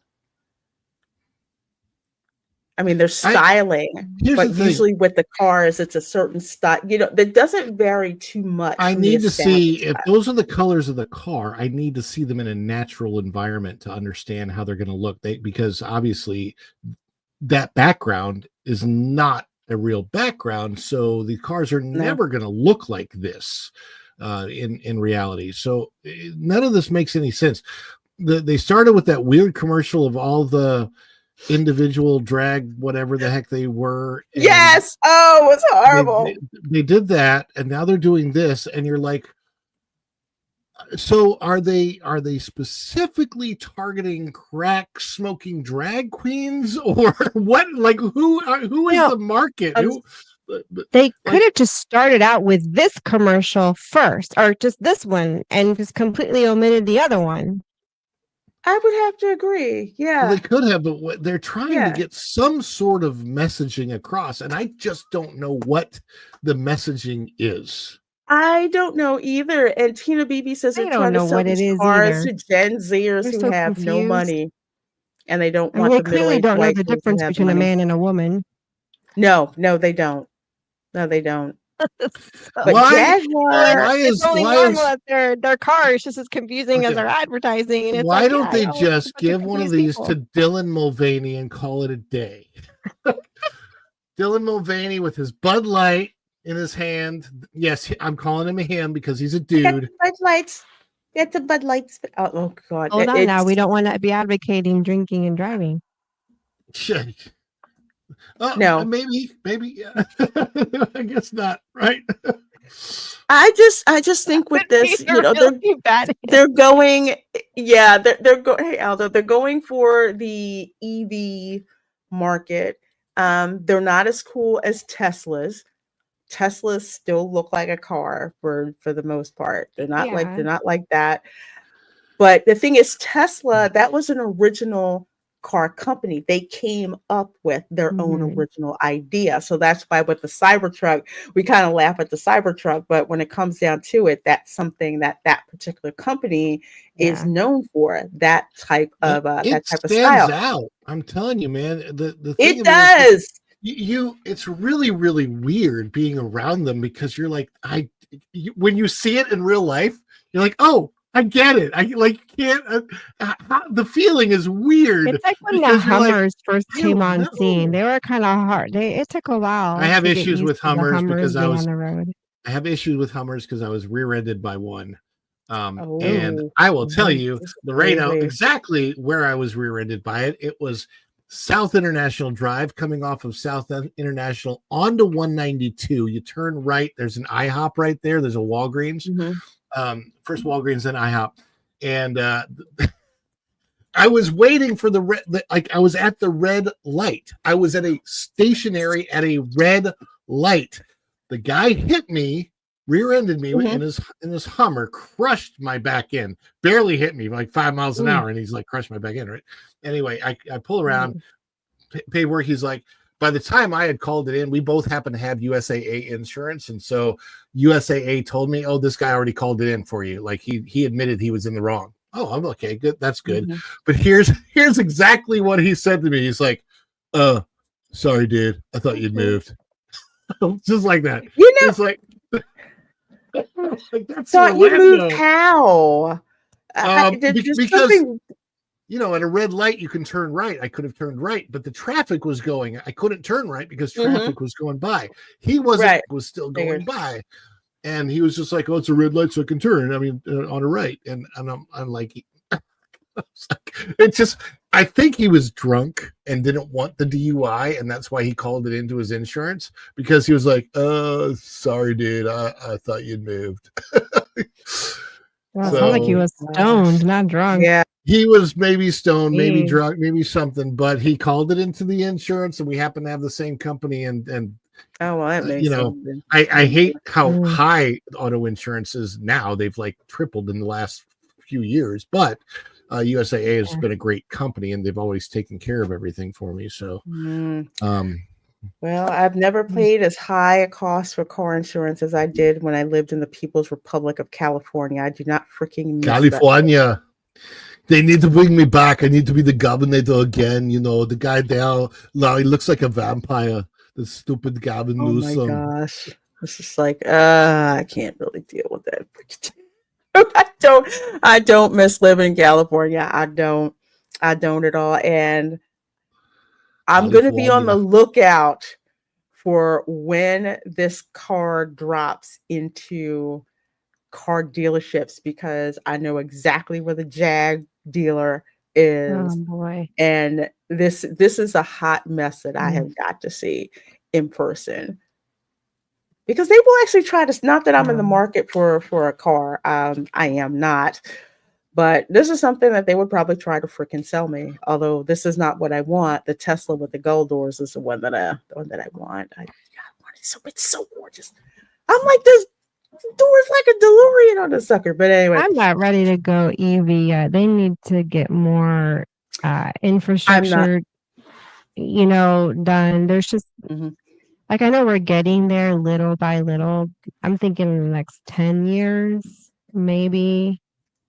But I can't trust look, an EV to go long distance. I mean, even a Tesla, I don't trust it to go like across the country, like driving it out of state from Florida to like, let's say, I don't know, Georgia, Tennessee. I am still upset Would it really that we make have it? not. I'm still Mm. upset that we haven't changed our infrastructure to maglev because the technology exists. It would be much cheaper. It's just cost a lot I to know. magnetic levitation. It's an electromagnetic Oh. magnet thing. It would be. Huh. You could do it. It's Just possible, move but around. it would. Unfortunately, maglev would eliminate driver freedom, so that's why nobody's gone to it yet. Mhm. Well, one of these days I want my Lincoln Navigator. It's a big, huge car, but I don't care. I freaking want it. Oh, you Eventually, want that I want that. all right. Yeah. Yeah. Although I would never get rid of my MKC. I love it. It's like a ATST, not the AT-AT, but the Scout vehicle. That's what it's like. So that's what I like what I call it. It's so compact and gorgeous. Wish it had bigger trunk space than it does, but that's okay. It's cool. Well, switch on over here to Moana 2, and over 100 of you guys watching between YouTube and X. So thank you so very, very much. Please make sure you hit that like button. Make sure you're sub to all of the people on the panel. Hopefully I was smart and put their links before the stream started, but if not, they'll be there after the stream started. My bad. So Moana 2, have any of you on the panel had the misfortune of seeing this? My son wants to go see it. I haven't seen it yet. Movies at all. I've been really annoyed. Our schedules are. I'm driving my son to work, so I'm on his schedule on top of housework, trying to finish a video to edit, and it's just like I have not had any time to watch any movies. And I wanted to go see this one, and I wanted to see Wicked, just because I was curious. Believe it or not, I actually have more of a desire. I know this is going to sound weird. I have more of a desire to see Red One than either of these, than this or Wicked. Oh. Just because, and I've heard even seen a trailer for Red One. I've heard of horrible it. things about Red One. Like Red One, I've seen the trailers on Fire TV. It's been scoured on social media as being just an awful movie. But I'm like, I can't help but the idea of mixing The Rock and J.K. Simmons as Santa Claus, who happens to be buff. It's basically it's Santa Claus as a superhero movie, and I don't know. It just sounds just sounds like it'd be an interesting watch, even though it's not that Christmassy. So is Moana 2 basically it gives a pass for kids, but for on the adults it's a total miss, or are kids not responding well to this either, like Frozen 2? The kids would say I think with the kids, the younger kids will sit and watch it. It's bright, it's colorful, it's 90 minutes of possibly capturing their attendance. So the little kids will actually sit and watch this. Older kids are going to be bored out of their minds, because especially if you're a fan of the first movie, like the first Moana movie was gold. It was perfect. I absolutely loved it. I could watch it over and over again. That's why Disney is getting so. This Moana came out in 2000 and I forget which year it was. I forget. That movie is still in the top 10 for streaming movies for Disney. As old as Moana 1 is, and it's still popular because the animation is gorgeous. The songs are amazing. They're great. I mean, You're Welcome. Shoot, that was freaking hysterical. I love that all the music was great for that. The story, it was such a good story. The music for Moana, even though it's done by the same person, is better than the music for Encanto, which Encanto has a couple of good songs, but like Moana, the only song that I didn't like in Moana is Shiny. The big Tamatoa sings that song. I'm like, I don't really like that one, but the rest of them, they're all just so good. The island song and the traveling song, and Maui and How Far I'll Go. Although I don't love the idea of a 15, 16-year-old wondering, how far she'll go. That's like, I don't know if I want my kids to pick up the wrong message on that one. I'm still irritated. She doesn't have a love interest. I mean, come on. Would it really freaking kill you, Disney, to give her a freaking, love interest? Did you not miss Hey? Oh my gosh. I love that stupid chicken. I do. He's my favorite. I don't know if you guys have ever seen, there is this toy and I bought it. It's like you squeeze it and it screams out like crazy. Oh my gosh. I was going through the toy aisle purposely doing it. I thought it was so freaking funny. Yes, I have one.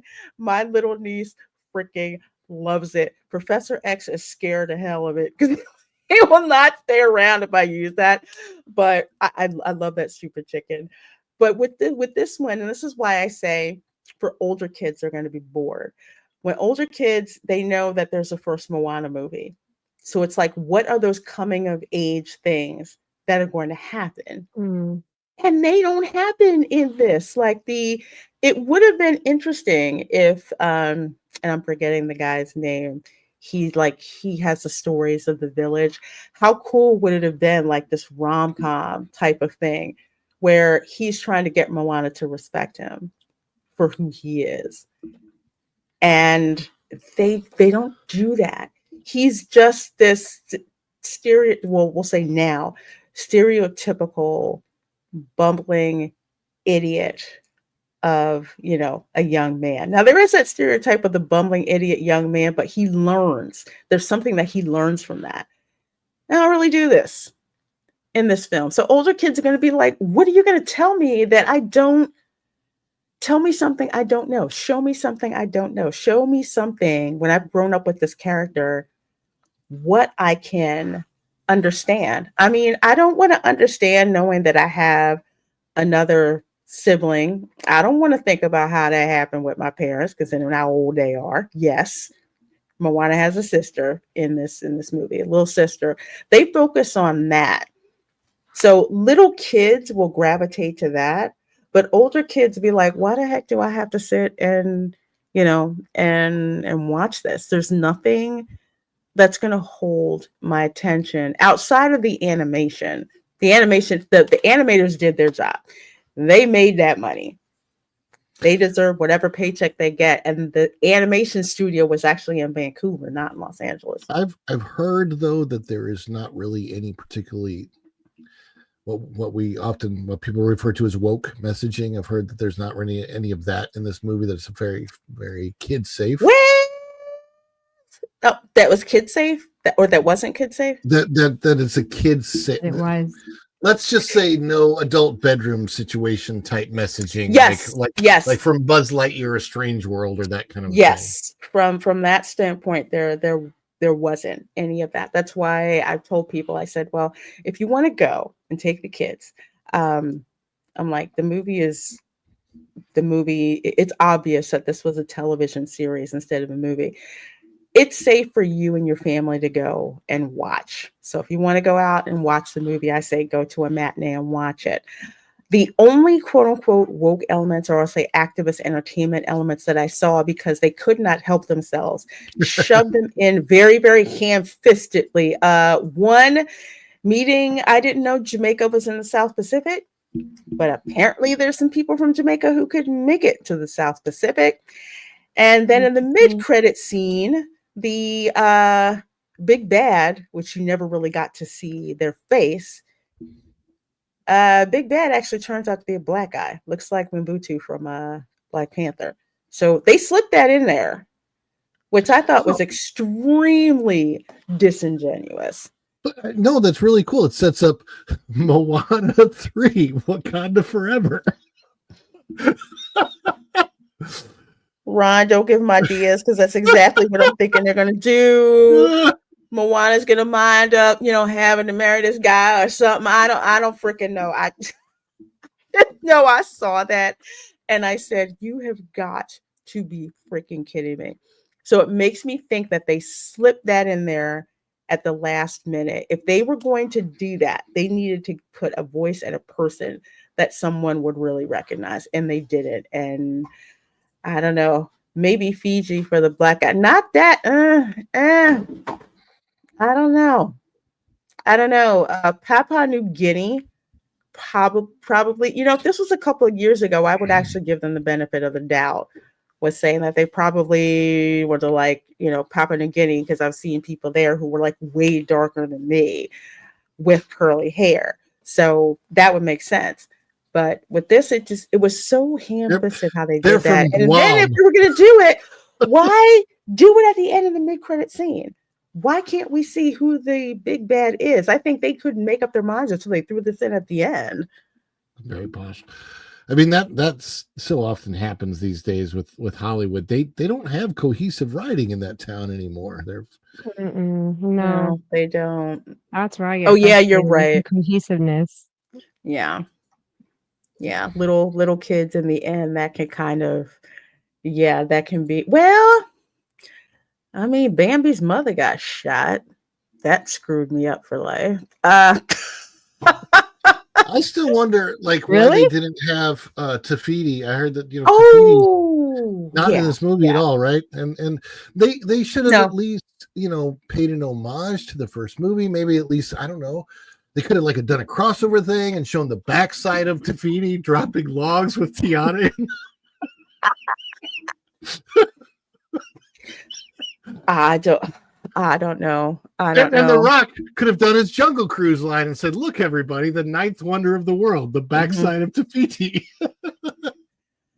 Yeah, little ones might, because sometimes they can't with peril. That's where you kind of have to do, how it is when some kids, there's some little kids who are just like, I'm scared, and some little kids who are like, yeah, burn them. It's kind of, it really does depend on the kids. But does anyone die in Moana 2? No, there are no stakes. Maybe There are they no should have stakes. had the mid-credits scene be Maui actually turning Hey Hey and Pua into bacon and eggs, eating them. Oh my I would gosh. like that. That would be funny. I mean, because that's the joke, right? Like even when I play Dreamlight Valley and I have Pua with me, I always get the joke. Hey, how come you can't just throw Pua on the grill so you can have eggs? You can have ham and bacon. Bacon. No, I have thought about that, but no, I'm not gonna do that.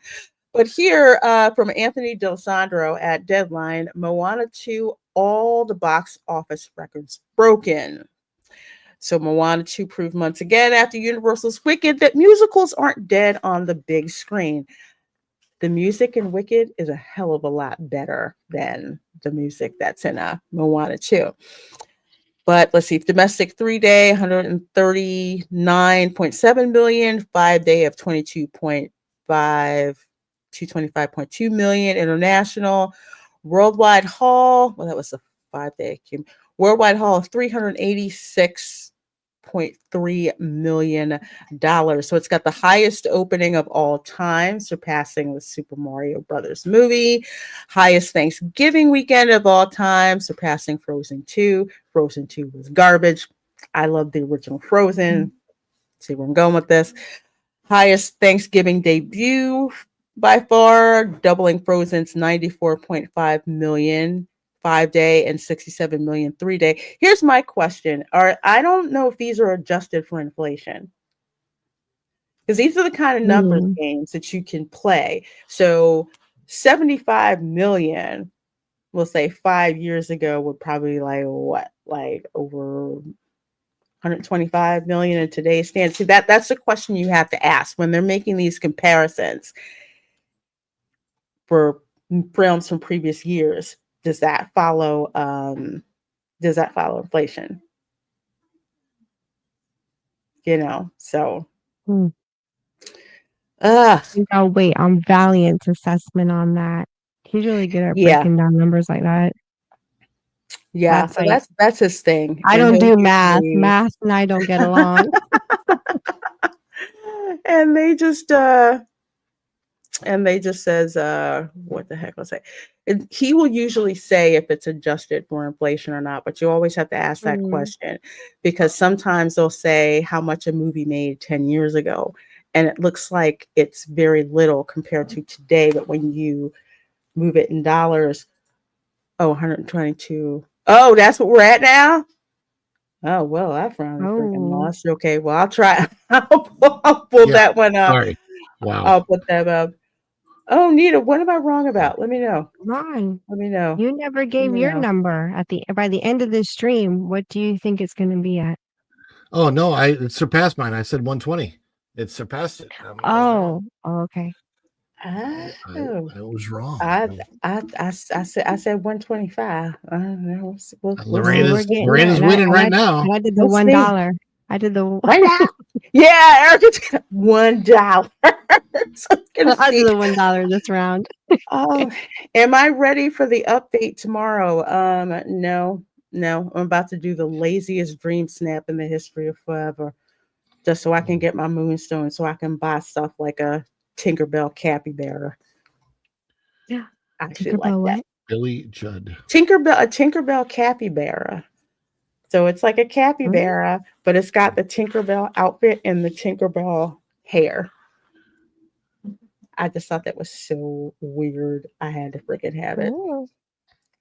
B.R. Guy says the songwriters for Moana 2 are TikTok Yeah. stars who got into legal trouble with Netflix when they turned their for charity unofficial Bridgerton music performance into for profit. That's a good Oh, point. yikes.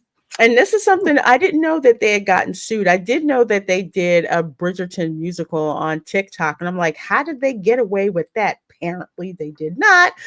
So they're in legal trouble. It's not for nothing, but it is much different writing songs for a film than writing songs on For a TikTok. TV Not to show. say that, yeah, for a TV show, which I think when this was, and we talked about Mhm. this last week, I think, when this was supposed to be a TV show, like, okay, yeah, you got TikTok songs and they're not a big deal. But when you're talking about a big, when they talk about what the heck is, so when they talk about Like a a cinematic big, score. yes, that is different. Thematic score, we're talking the Mm. likes of Hans Zimmer. We're talking the likes of Mhm. John Williams. John We're Williams. talking, yes. So By the way, we're the John talking Williams about that. special on Disney Plus is the best thing that I've seen on the channel in maybe since it started. That's have you seen it, Lorena? In more. Oh, see what? Sorry. The John Williams special. It's about the life of John Williams, his songs, Oh his no, story. no, I have not. No, I have not seen it yet. Definitely worth the No, I haven't watch. seen that either. That's it's you Wow. know, if did you like? Have you seen the Imagineering story? Yes, and I Mhm. love Okay, Yeah. so think of it like that, but for music and for John Williams specifically, it's along Huh. those lines. And so it's an excellent watch, especially if you are like me and like movie musicals, or not movie musicals, movie scores. People ask me my Mhm. favorite genre of music, and it's always hard Mm. to tell them that my favorite genre of music is movie scores because it is. Yeah. Because people Right. don't listen to that. Like people I like that's country, rock and roll, pop. Now I love musical scores, and I mean you look at my DVD, my Yes, CD yes. collection. So much of it, like Mhm. the Back to the Future. I have the box set of that on CD of all three Back to the Futures 1, 2, and 3, and Mhm. Star Wars. I have the original Star Wars 12-inch vinyl in the double cover. I still have that. It's probably worth, I hope it's worth a lot of money, but like I mean, I've loved musical scores my entire, cinematic scores my entire life. To me, because we don't really have any other way to do it, to me, that's the modern day version of classical music. Mhm. Is cinematic scores. So yeah. They really are, especially with how, like, over the years, just because John Williams is a goat, um, with all of his music and how it's evolved. It's just amazing between him and then, of course, again, talk about Hans Zimmer, which is, I would say, heir apparent to John Williams. The same with his scores. Ramin Djawadi, who did the score for Iron Man, okay, and that soundtrack is awesome. That's fire.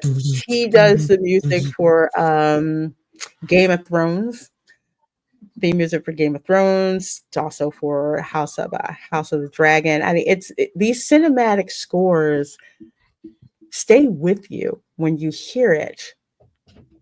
It's such a big. It's not only is it the technical execution of the music. I was a music student. There's also the emotion behind the music and how it's supposed to affect you. There's one thing when you're doing something on TikTok to capture people's attention for a couple of seconds, but it's quite another thing to write music to grab someone and pull them through a whole whatever couple of minutes of music that they are. So it's not it's a music score, thematic score is not something to be done lightly. And it's my understanding that okay, so the TikTok people were brought in and they wrote the songs and the lyrics, but they had, I think, some of the original musical people, not Lin-Manuel Miranda, obviously, but some of the people that helped score the first one were brought in and worked with them, but it just doesn't come up to that level, especially if they were doing this last minute and after the fact, after it was a television show that they said, okay, now we're going to turn this thing that we have all this into a movie and we have to score it and all of that. If that was done too quickly and on the fly, you're just not going to get that full scope that you can get when you have the time to work with an orchestra and different instrumentalists. And you know, that's one of the things that John Williams talks about, is how it was always has been so important to him to work with a live orchestra and to not really have the electronic music come in, the synthesizers and all that, because it just makes such a difference in the emotion that a person is playing with. For example, when you get the French horn score on Jurassic Park, you know, you get those, it's not, I mean, music is emotion. Like, watch Star Wars without the music and you'll know what I'm talking about. Like, it's amazing when you have credits that roll on a screen and there's no music, and then you have those same credits and you put the music behind it. Like the opening main theme to Superman, that is this fantastic music. All that's happening on the screen is credits while that's playing, but yet you're being sucked in to the film by the music, and when the actual action starts, you're already there, and it's the music that got you there. And I obviously, you know, I'm come from a musical background. I was a music theater major, commercial music, and it just means so. It just means so much. I have this theory.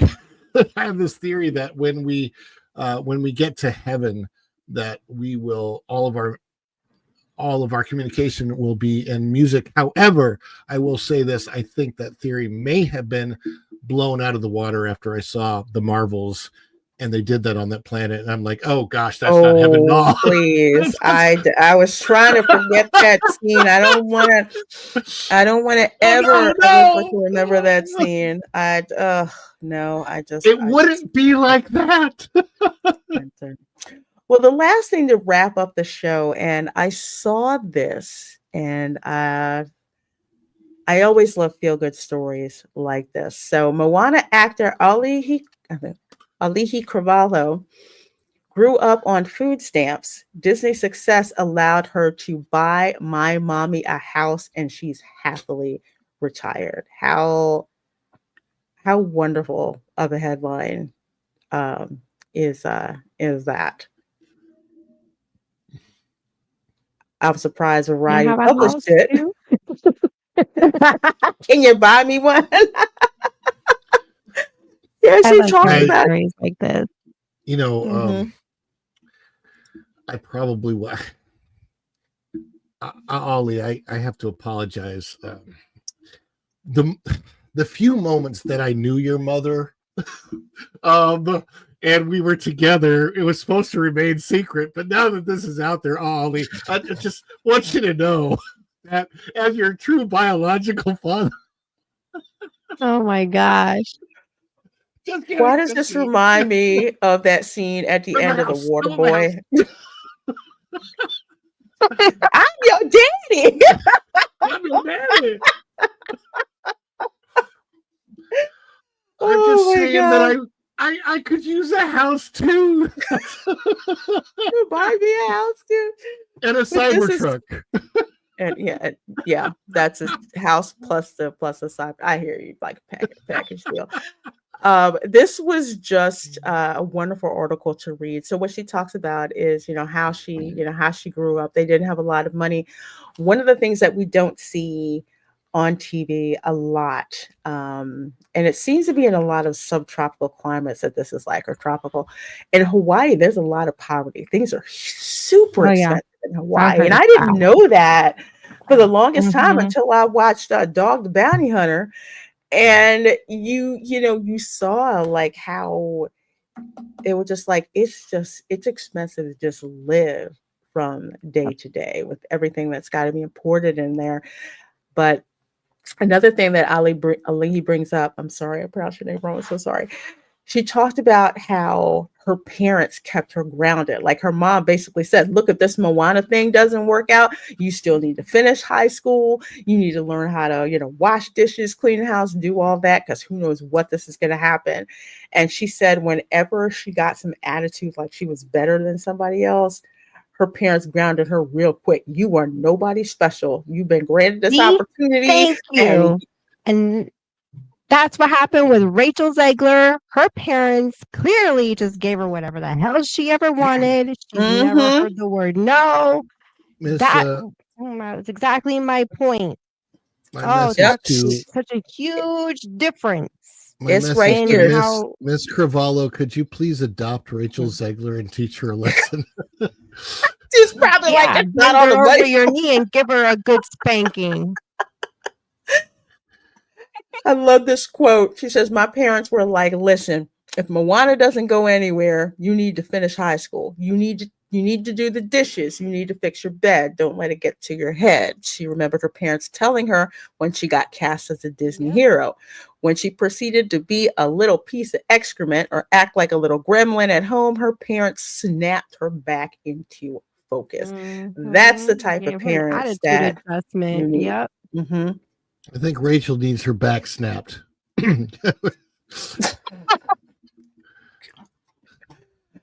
But yeah, I just thought this was really great to see. Granted, I didn't like the movie Moana 2 really at all. I gave it like a 2 out of 10. But I love Alihi Carvalho as an actress. She's such a sweet girl. I love her voice. And yeah, this is just a great thing to, It's a to happy story. see. Yes, it's a very happy story, especially when she I talks about how and she grew up I and what her hope parents grew up. I hope that as she gets older, the Disney curse does not follow her the way it has so many young Yeah, Disney I know. stars. I don't know what they do over there at those studios, but they have cursed a lot of kids that have not come out of Disney well. It's weird because the guys more or less seem to come out okay, like Justin Yeah, the Timberlake and female. Ryan. What's his name? I can't think of his name. The Fall Guy who's just in the Fall Guy. It's Barbie Ken. He was play Ken. Gosling? Yes, Gosling. Ryan Yeah, Gosling. Mhm, yeah. He's a Disney Oh, kid. yeah. He was on. mhm, He mhm, was a Mouseketeer, mhm. right along with Justin Timberlake and Britney Spears and a whole bunch of others at that time that Mhm. became famous. Mhm. I don't know why they didn't cast her. I think it was an age thing. I I'm think trying it to was remember an what age thing it because was. Age thing. she has aged up beyond the years that Moana is supposed to be Mhm. in that film. It's going to be interesting. I'm very curious. I want to know how they're going to do Hey Hey and Pua and what chicken and pig that they cast in those roles, because you got to be Yeah. a good chicken actor to pull that role off. And I don't think they can train the chicken like they trained Max the dog over at Mm. Universal. You know you can put a chicken on a leash and walk it like a dog? That's a thing. I think I've seen some people Of course, the see chicken people is do going to be that. Yeah. CG. It is the most bizarre thing to see a chicken on a leash. I didn't even know they could really like do that. Usually they're so Me stupid neither. running It's around the also yard. Hard to catch up with them. And then when you try to get the eggs, they peck your hand and crap everywhere. And then the darn rooster starts crowing in the morning. well. I I'll hate say it. what you doing there, son? You're a chicken hawk and I'm a chicken. I'm quietly. I'm gonna have to mush that up. I have no idea. They may just wind up CGI, and I'm just like they did Yeah, of the course. live action Lilo and Stitch, which looks really good, and I'm Or the excited. live action dwarfs that look like. Mhm, You know what? I would say this: the live action dwarfs would fit very appropriately in Frontierland yesterday because they look like the stuff that was flowing. Flowing. That's not You hot know what cocoa, else? mommy. You know what else has an interesting up downwind smell? Moana and the Journey of Water. Oh God, no, yeah, you You just wanna. smell that? You know what I'm talking about? It's awful. It's awful. No, yeah, Oh, I'm assuming that because they had to reclimate all of the pipes and everything underneath Epcot to make Journey of Water work, that's why we don't have a fountain in the center of Epcot where a fountain belongs. And it's really annoying because it's so closed in there. When you walk into Journey, it's I don't know, first of all, the experience is only really good at night, and then in the summertime it gets way too hot in there because when it's 100 degrees outside and then you add the humidity of Journey of Water, it's like 120 degrees going through there during the daytime. Nobody even knows that the characters are embedded into the rocks, which is a really cool thing about it, but people don't get it because it's not explained anywhere. no. It's Journey of Water it does not belong in a park. I think that Journey of Water should have been at the Polynesian, and I know that they have a new like a Moana water feature there, but at the new, if they would have put the entire Journey of Water at the Polynesian, it would have made more sense. And I know I understand it would have been a draw, right, for people to come there and try to get the free parking and all that kind of stuff, but it just does not. I just don't see any way that it belongs in Epcot. Have you ever been in there when it's full of people? It's never full of people. It's not. I mean, it's not like when we went, it wasn't full. It was only full the first, I want to say like the first week that it opened because people were curious as to see what it was. But after that week, interest just dropped. Yeah, that's the thing. There's just not a lot of interest in it, and it's outdoors. Again, too much at Epcot. Like they took a beautiful indoor space that they could have renovated and done something with in interventions, and everything that Epcot was supposed to be about in Future World is just been destroyed. And I hate that they've taken that element away from it. I still love the World Showcase because World Showcase is pretty much intact. Thank God. Yeah. But the whole Future World thing, I hopefully Test Track 3.0 is better than 2.0 and stuff. But anyway, I want to go off on Epcot. Long as I can do my wannabe Cybertruck, because remember when you could design your own car and stretch it out and do whatever, and some people had some really crazy looking vehicles and stuff. Hopefully they can hopefully they'll let us do that. Is there a smell? But I guess it's definitely not as pungent as the smell when you will smell it before you see Moana and Journey of Water inspired by Moana. It's just like, ew. It backs up to that walkway though. That spaceship or that walkway is between, so it's right there. Like you're backed up to Journey of Water. And I don't know what they're doing with the front walkway space that they've walled off, and they're changing that into an indoor building or something. I don't know, but that's all weird. The whole place is weird. I mean, Epcot now it's just like it's either Burning Man or Coachella, depending on what's going on when you go, and it's such a shame. Well, it's a moment of truth. Prince Let's see, Ron. Let's say Ron said I lost 25. Let's see what we got here. I said 125, and Erica said $1. So Let's see. Let's see. No whammy, no whammy, no whammy. What are we up to now? Do you want to tell me? Oh, 124,000. you called it. Wow. Lorena, come on down. Yeah. Long as I don't have a tube top on. That. You guys remember that? It's a clip from way back in the day. This lady, she got called down to the front to be a contestant, and she had on a tube top. This was like the 70s, and she was running down there. Well, let's just say the tube top decided, yeah. The price is right, baby. Oh yeah. Oh my gosh. Oh. No, I didn't check out the poo-poo mess. People told me about it. I was going over to Epcot to see the lights not working. Well, yeah, that's where I went. But yeah, oh my gosh, 124K downvotes to 12K upvotes. Oh, there's comments. Yeah, give Disney some credit. They are brave enough to leave the comment section open.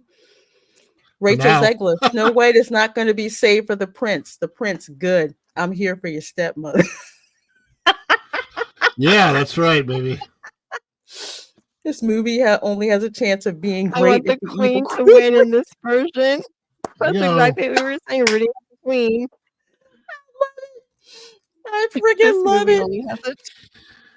Everyone's on the side of the queen. Who's the fairest of them all? You are, Your Majesty. Cut the credits. I love how united have more we all comments are. on YouTube than tickets sold.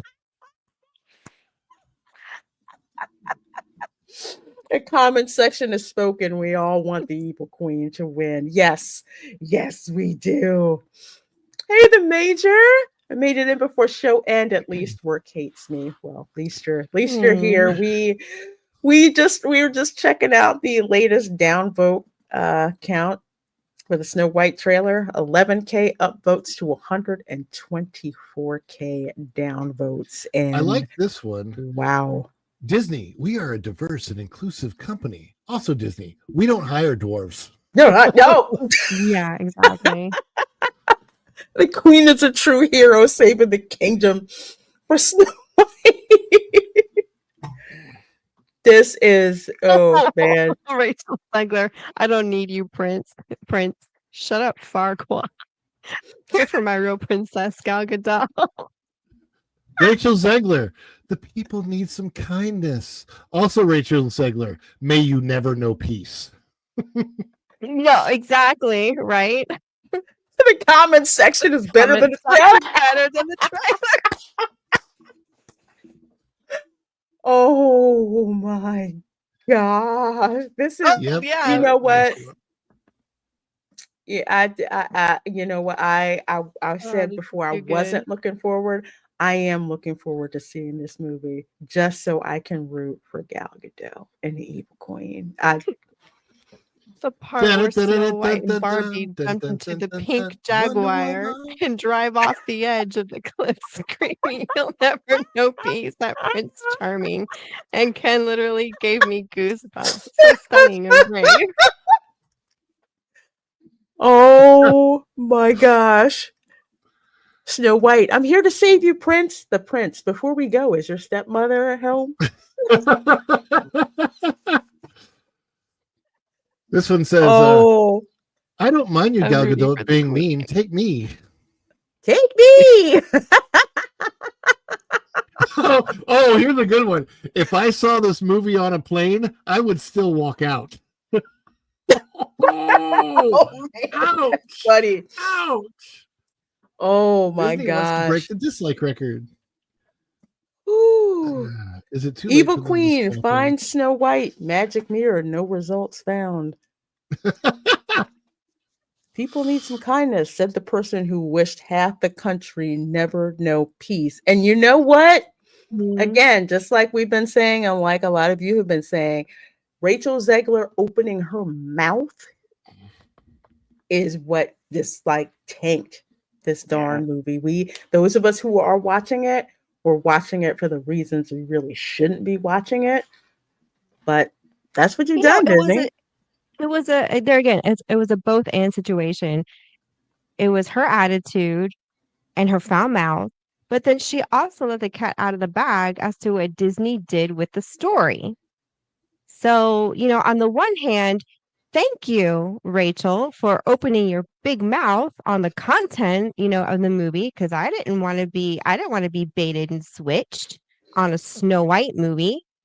But at the same time, you really need to learn you need to learn how to talk public speak. You need to go to school and learn public speaking, like something. Agreed. They finally did it. They made a movie no one is gonna pirate.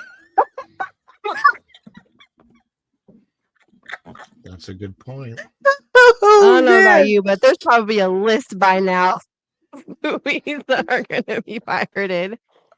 Oh my gosh. This is Man, just I used to pirate movies back in the early 2000s. It was a Peter pain, man. Dinklage must be really proud of himself. Do you know Peter Dinklage was the goat professor in Wicked? I And heard I'm that. like, well, how I come heard something about that. they didn't publicize that? I'm like, I guess I know why. Yeah. You probably told him, shut up, shut the heck up, and don't say anything. Well, Or it's because his initial comments, nobody understood what he was saying when he said, well, I can't believe there's going to be another movie that's going to portray goats like this. I mean, do we really not need another movie that portrays goats as some dumb stereotype? That I don't want any goat actors out there to get any roles of goats because of anything I say. If I was in a coma and this movie was playing on the TV, I'd get up, turn it off, and go back to sleep. Back to sleep. Oh my gosh, I can't. Disney, The you brought comments this are Grogu. one. gold. See, They are Grogu. absolutely gold. Mm. Hey, Brogu, good to see you. Good Hi, to see Grogu. you. Yeah, it's sad, but folks, this is where we are. This is where we are. So, as usual, folks, I love doing the show.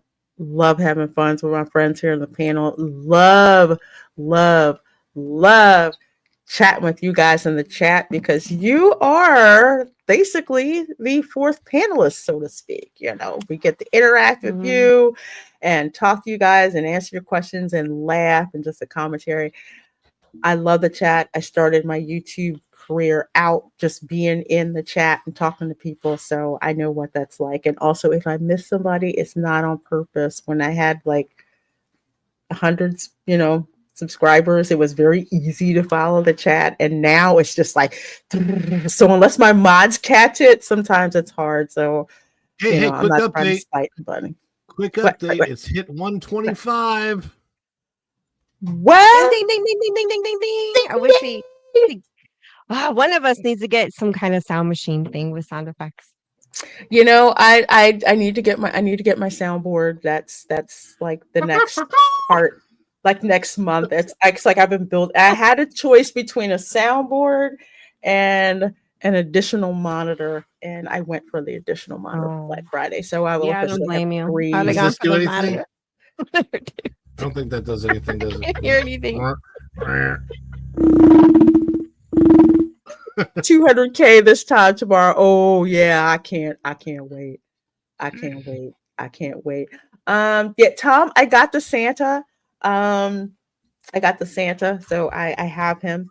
I have something special the way I'm going to set up and have him like displayed. So I did get him. I didn't post a picture yet. I got something from Noah Knox Marshall as well. So thank you for the centimeter, well, the cent thing. They actually use it at the parks. So I'm fixing up my studio. So that's going to go in the studio. But I have plans for that beach Santa. Let's just say that beach Santa is going to hang out with a mermaid with the Santa hat on and some flamingos with Santa hats. It's going to be Florida looking Christmassy back there by the time I get done. The owl stays though, because we have owls in Florida. Yeah. Yeah, they're deadly. So we're gonna keep them. How long until this one gets a million, Oh, I know, right? million downloads? Oh, Oh that's a good It's man, only got, I'm supposed for a question. got party. only a little over 2 Just have million a views right celebratory now. live stream just for that. Well, You now, know what? if California counts the views, it'll probably be 2026 because Mm, California can't count. no, they can't.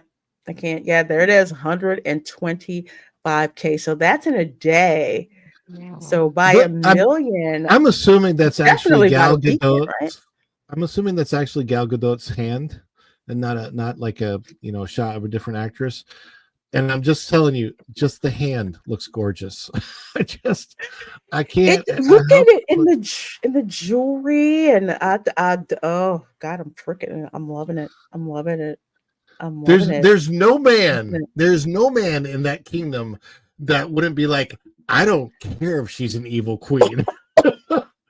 I will, whatever it takes, because I'm telling you, yeah, she's a Wonder Woman. She sure is. She sure is. Brogu says, Lorena, I'm so thankful for you because you include the chat. I've been on YouTube channels and they forget to talk to the chat. They only talk to the panel. Yeah, some people do that.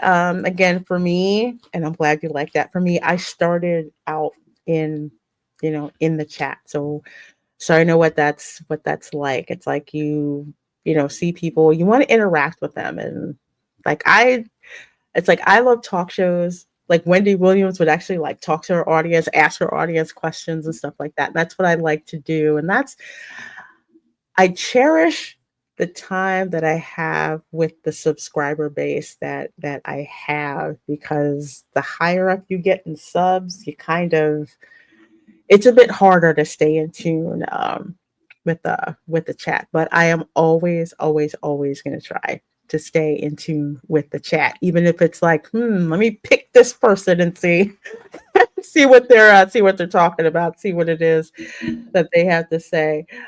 Let's see.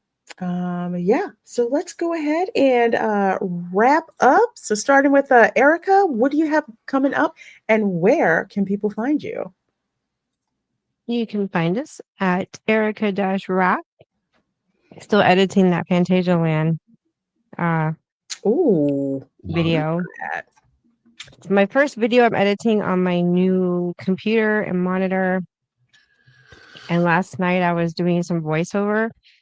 Oh God, it was a mess because I got the audio interface thing to help improve my mic here, and I didn't get anything recorded because everything sounded so hollow and weird.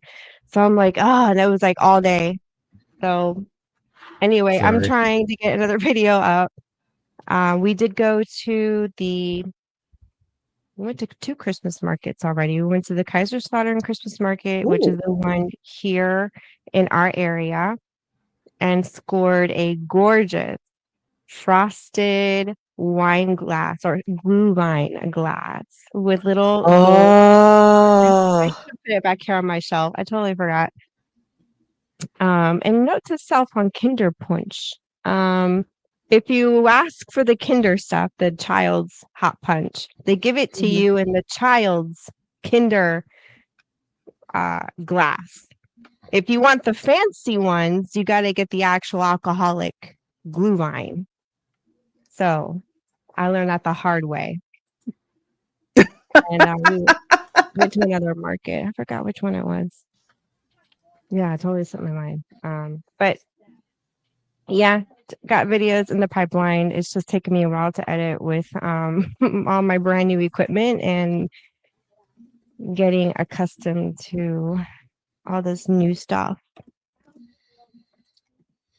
Well, you'll get there. You'll get there. It's like new equipment. Now I gotta figure it out. but yeah, you'll get there, and I can't wait to watch that video because I have such great memories of going to the Christmas market. And in Aldi, I found bottled glue wine Mm. and Kinderpunsch Oh, wait. and You get something else. Was it World Market or Epcot? No, was it Aldi? Oh, Here in the I States, forgot because about all these. Of yeah, course. because the difference Yeah. the difference is Mhm. the Aldi in Pennsylvania does not sell alcohol. Um, Mm. Oh, it's although because you sometimes Wegmans you might get it there, but here I'm still not used to seeing alcohol. So I'm with Aldi's and I'm like, is that Kinder Poo? Is that glue Is wine? it I'm the like, white? Is it the white glue wine or the red? I like the white because it's sweeter. I The think white it's wine. the red. I think it's the red. I'm going back tomorrow because I'm slowly getting stuff for when my family comes to visit. But I'm like, because there's only two places I know that sell blue wine in a bottle. One is Aldi and the other is Trader Joe's. It's the same store. High Road Market. See, I that's all know, but it's all about I location. know. Here, Ron, I know the Trader Epcot Joe's at has crappy the parking. German Pavilion. I don't know if they sell glue wine, but they do have white wine Rieslings from the Moselle River. From this, and that is my absolute favorite sweet Riesling is from the Moselle River, and they have it at Epcot at the German Pavilion. I don't know if they have it at World Market, but Do you know woo, what they Life tell you Award. when you're learning about wine? How to remember that Riesling is a sweet white wine? They say Mm. think of Reese Witherspoon. I'm not even kidding you. Oh They're my god, like just think of Reese Witherspoon. She's white and she's sweet and I have she's never Riesling. heard that's that. funny. Because when I was studying, how to like really get good with wines and stuff, Mhm. that was something that I was taught. And I'm like, that's hilarious.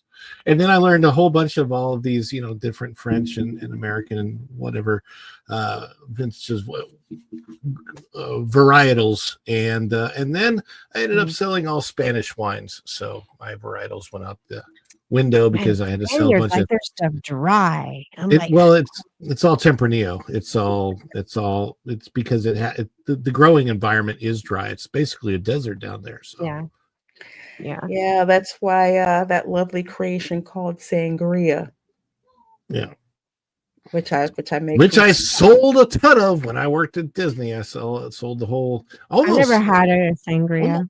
almost learned to do the Never. Sangria University at Three Bridges, but I didn't learn it. But it's so good. It's so good. I It's like Is it sweet? wine and juice because water, from what I understand, water in the colonies during that time had all kinds of bacteria in it. You don't really know if it was really safe to drink, but you knew that wine was safe to drink. Right. But Yeah. you also knew because if you drink alcohol, it's hot, dehydrated too. Yeah. So combine that with like half fruit juice, that actually was safe to drink. So Huh. that's what sangria is. And I have a sangria recipe that every year for Sweet. Christmas I make it and I give it to friends because they all want it. And it takes me 24 hours literally Holy cow. to Oh, uh dang. to make Wow. it. Yeah. 24 hours to make it. You're going to be in a lot of You make aisles in the people I can make supermarket. it in 5 minutes and everybody loves it. It'll be done. So I like that there's actually a $6 bottle of sangria at Wegmans, which is really, really good. So I use that if I just want something to drink. But if I'm making it for the holidays, then that's when usually I'll make sangria. Like in the summer, I'll actually use Riesling instead. And then in the winter, if I make the winter Oh, you're sangria, then right. I will use Spanish. Well, Spanish red wine, but actually I use Menage a Trois red wine blend, which is a sorry, what couple. was that? I was kind of dozing off when I heard the name Menage a Trois. That Yeah, was that's the name. I knew That is something smart. that I is was gonna go. that I knew is she that says is that. literally the I was name of waiting the for wine it. company is Menage a Trois. Yes, oh, righty then. that's exactly what it's called. You like red wine? I like very Sweet fruity red wine. red. I like sweet Yeah. red wine. So like the Spanish wines, I really don't. I really don't like. Red. The Yeah, Italian same wines, here. I do. It's The because Italian ones are good. Riesling, I freaking love to death. I love Riesling, but I like red wine vinegar because there's an appetizer, basically red wine vinegar on cucumbers with black pepper. That's Oh, like a Raph would thing. love that. I'm That's like a funny about thing. vinegar, but he loves it. I think this is like a Floridano thing because I've never seen it anywhere else. I've never seen it in a soul food restaurant. We've always had it in our family. I swear we're the only Black family that had it. Literally, cucumbers with red wine vinegar and salt and pepper. And that's like, your part of your charcuterie board. But yeah, I'm going to work on some recipes for the holidays since Christmas is my Super Bowl, so to speak. So I'll be working on that stuff. Ron, what you got going on? Let folks know about and where to find Well, you. hopefully we'll have it again tomorrow. The Daily Dish, 9:30 Monday through Friday, 9:30 a.m. Monday through Friday on my channel. Follow the Bradley's Fun is the Daily Dish. Sometimes the times can change, although like this morning I just couldn't do it. I don't know, something was wrong. Anyway, and then I ended up doing the pro show and the show today, so I'm busy anyway. And you can find me all over as far as like that Park Place, T3PO, WDW Pro here on Lorena's channel, sometimes with culture. And then on my own channel, follow the Bradley's Fun. And I am doing more. I just put up a video with Erica, actually, from what we cut from the Daily Dish on Monsters Inc. coming in and killing the Muppets. Erica's very passionate about that subject. So that's a great video. If you want to check that out, it is not a whole show like this. So it's just a video. You might want to check that out on the channel. And we'll be doing a lot more of that. I might even start inviting you guys to come in just to cut a video like that.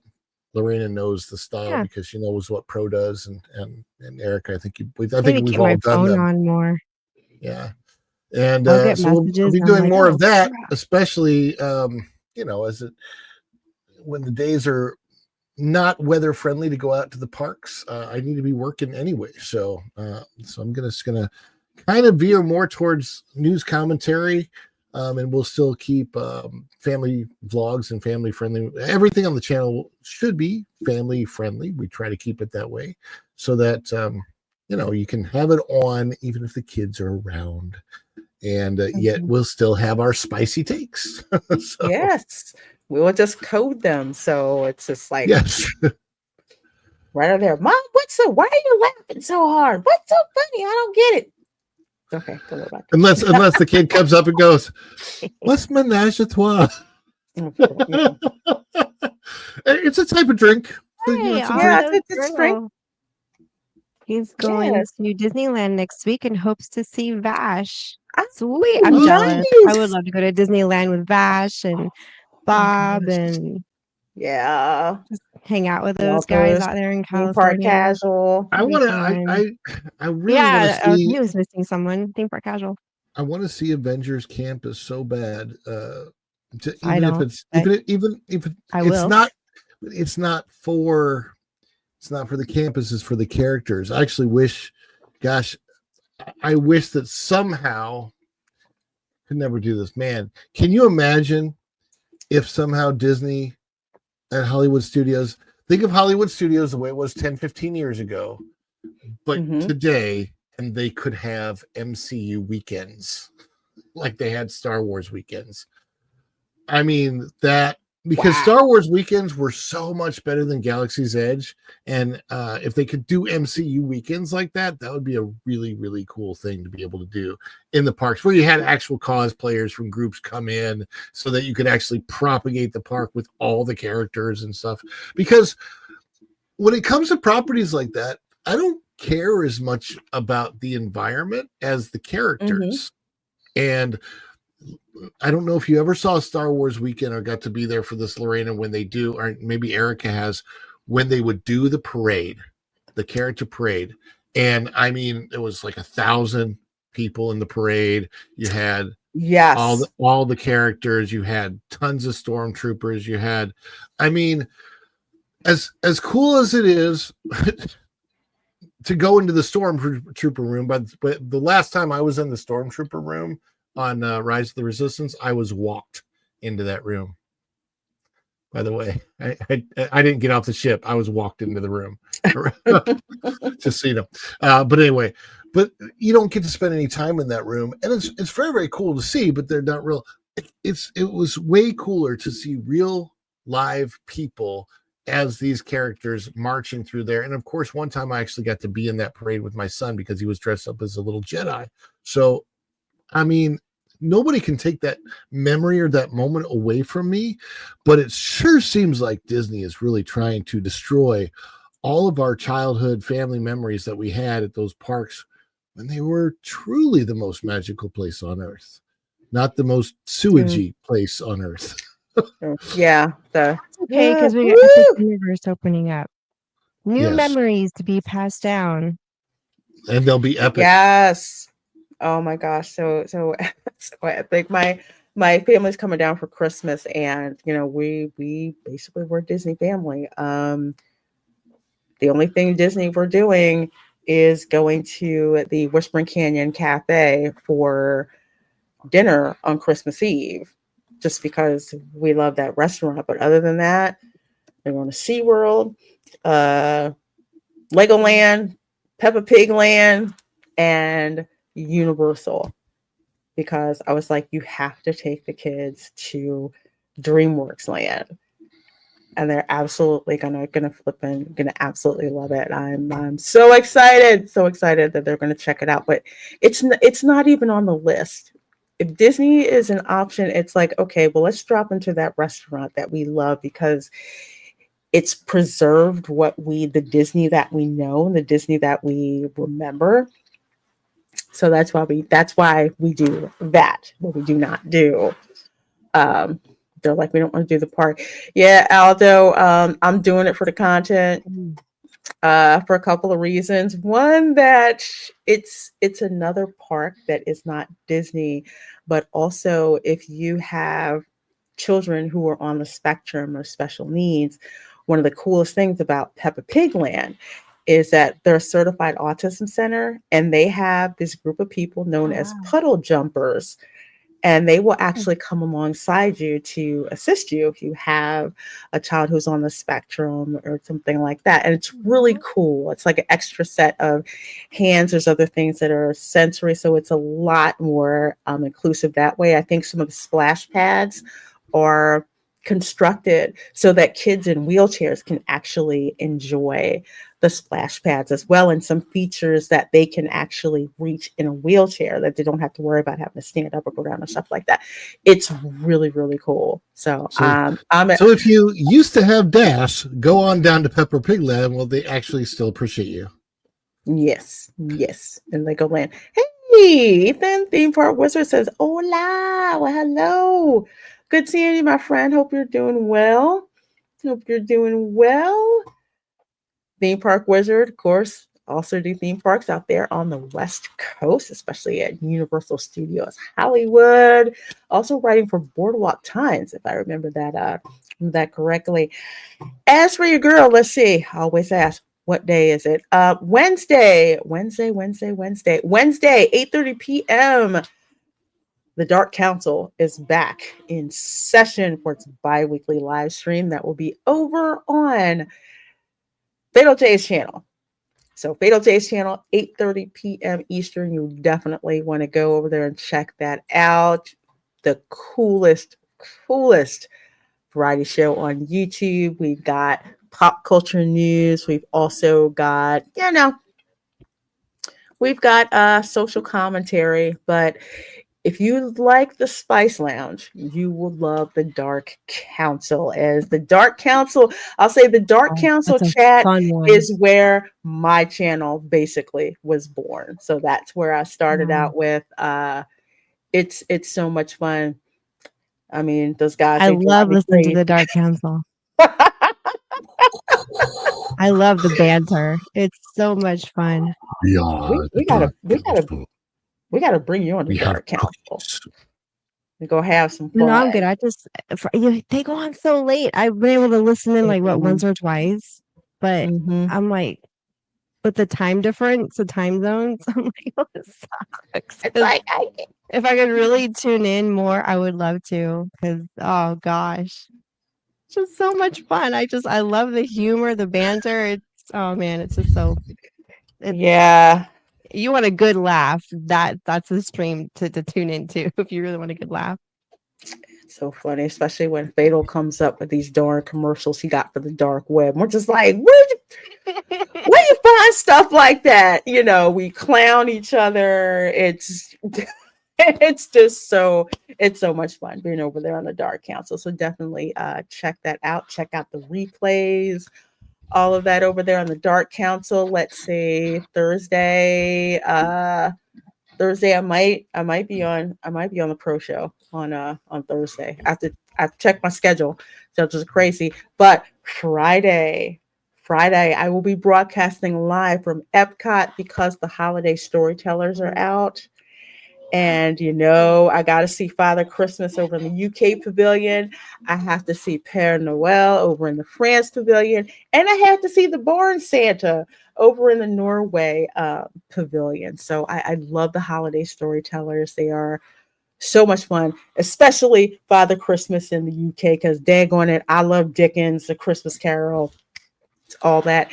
And going to be checking out some of the cookies on the cookie stroll. I'm kind of like a snob right now with some of the cookies. Some of the cookies are not worth it. And then there's some cookies like the Linzer cookie in Germany that I have to have every year. So we're going to grab some treats, check out the storytellers, and just have fun. And Saturday we'll not have Resort Recon Live because the holiday ho ho ho down at Gatorland kicks off on Saturday. So I will be streaming live from Gatorland, Florida Christmas. It's so weird, yet so much fun. So we're going to be doing that. If it weren't Well- for Gatorland and Christmas, I would not be here today. Which sounds weird, but it's an absolutely there's a story behind that. For another time. As what's her name said, oh, with this lightsaber, that's a story for another time that we'll never get to. Peppa Pig Land is right there next to Legoland. Yep. Same property, right? Yep. Same property. I haven't had a chance to go there, but I'd been publicizing that it was coming, telling people just how huge it is that Peppa Pig Land. It's huge. Peppa Pig Land, the best land ever for Peppas and pigs. Is it pretty it's popular? Huge. You got to go there. It's great. Yes. It gets crowded. It gets busy. Like they're doing well as a theme park. They're doing really well. The Peppa Pig property. But there was a point in time where Camera Girl watched Peppa Pig. But it's like before Bluey, there was Peppa Pig. Yeah. And Peppa Pig was is still popular for a while. popular. So if you go and you look at like the toy section, like Disney, nobody's going there. But between Paw Patrol merchandise going, Legos, Pokemon, that stuff going, Bluey and Peppa Pig are usually right there next to each other in the aisle, and kids are just grabbing stuff. Basically, Bluey is like Peppa Pig, but with dogs with an Australian accent. Peppa Pig has British accent. Peppa Pig. So, Mummy, Peppa Pig. what are we going to be doing tonight? What's Mummy? Mummy. What are we doing? What do we have for lunch? I don't want to play with Peter. You guys remember Ruby and Max? I thought that was kind of a cute. I saw that. That was Ruby and Max. That was cute. I just wanted to bring. I just want to see Phineas and Ferb in the parks again. That's what I want to see. I loved Phineas and Ferb, and I used to watch that. I used to watch that so much. That song is, I love that song. Well, folks, we are going to head on out. Thank you so much for hanging out with us here at the Spice Lounge. We so appreciate you checking us out. I know there's a lot of things that folks can watch between YouTube and X. So we're thankful that you hung out with us. Subscribe to Erica, subscribe to Ron, subscribe to me, hit that like button, and we will see you next time. Bye. Bye. All right, everyone. Let's tidy things up. Autobots, start your engines!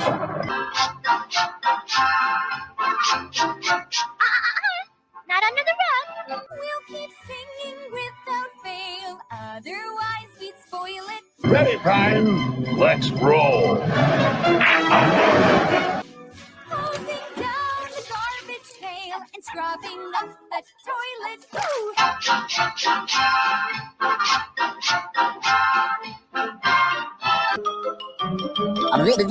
That's all, folks. You're still here. It's over.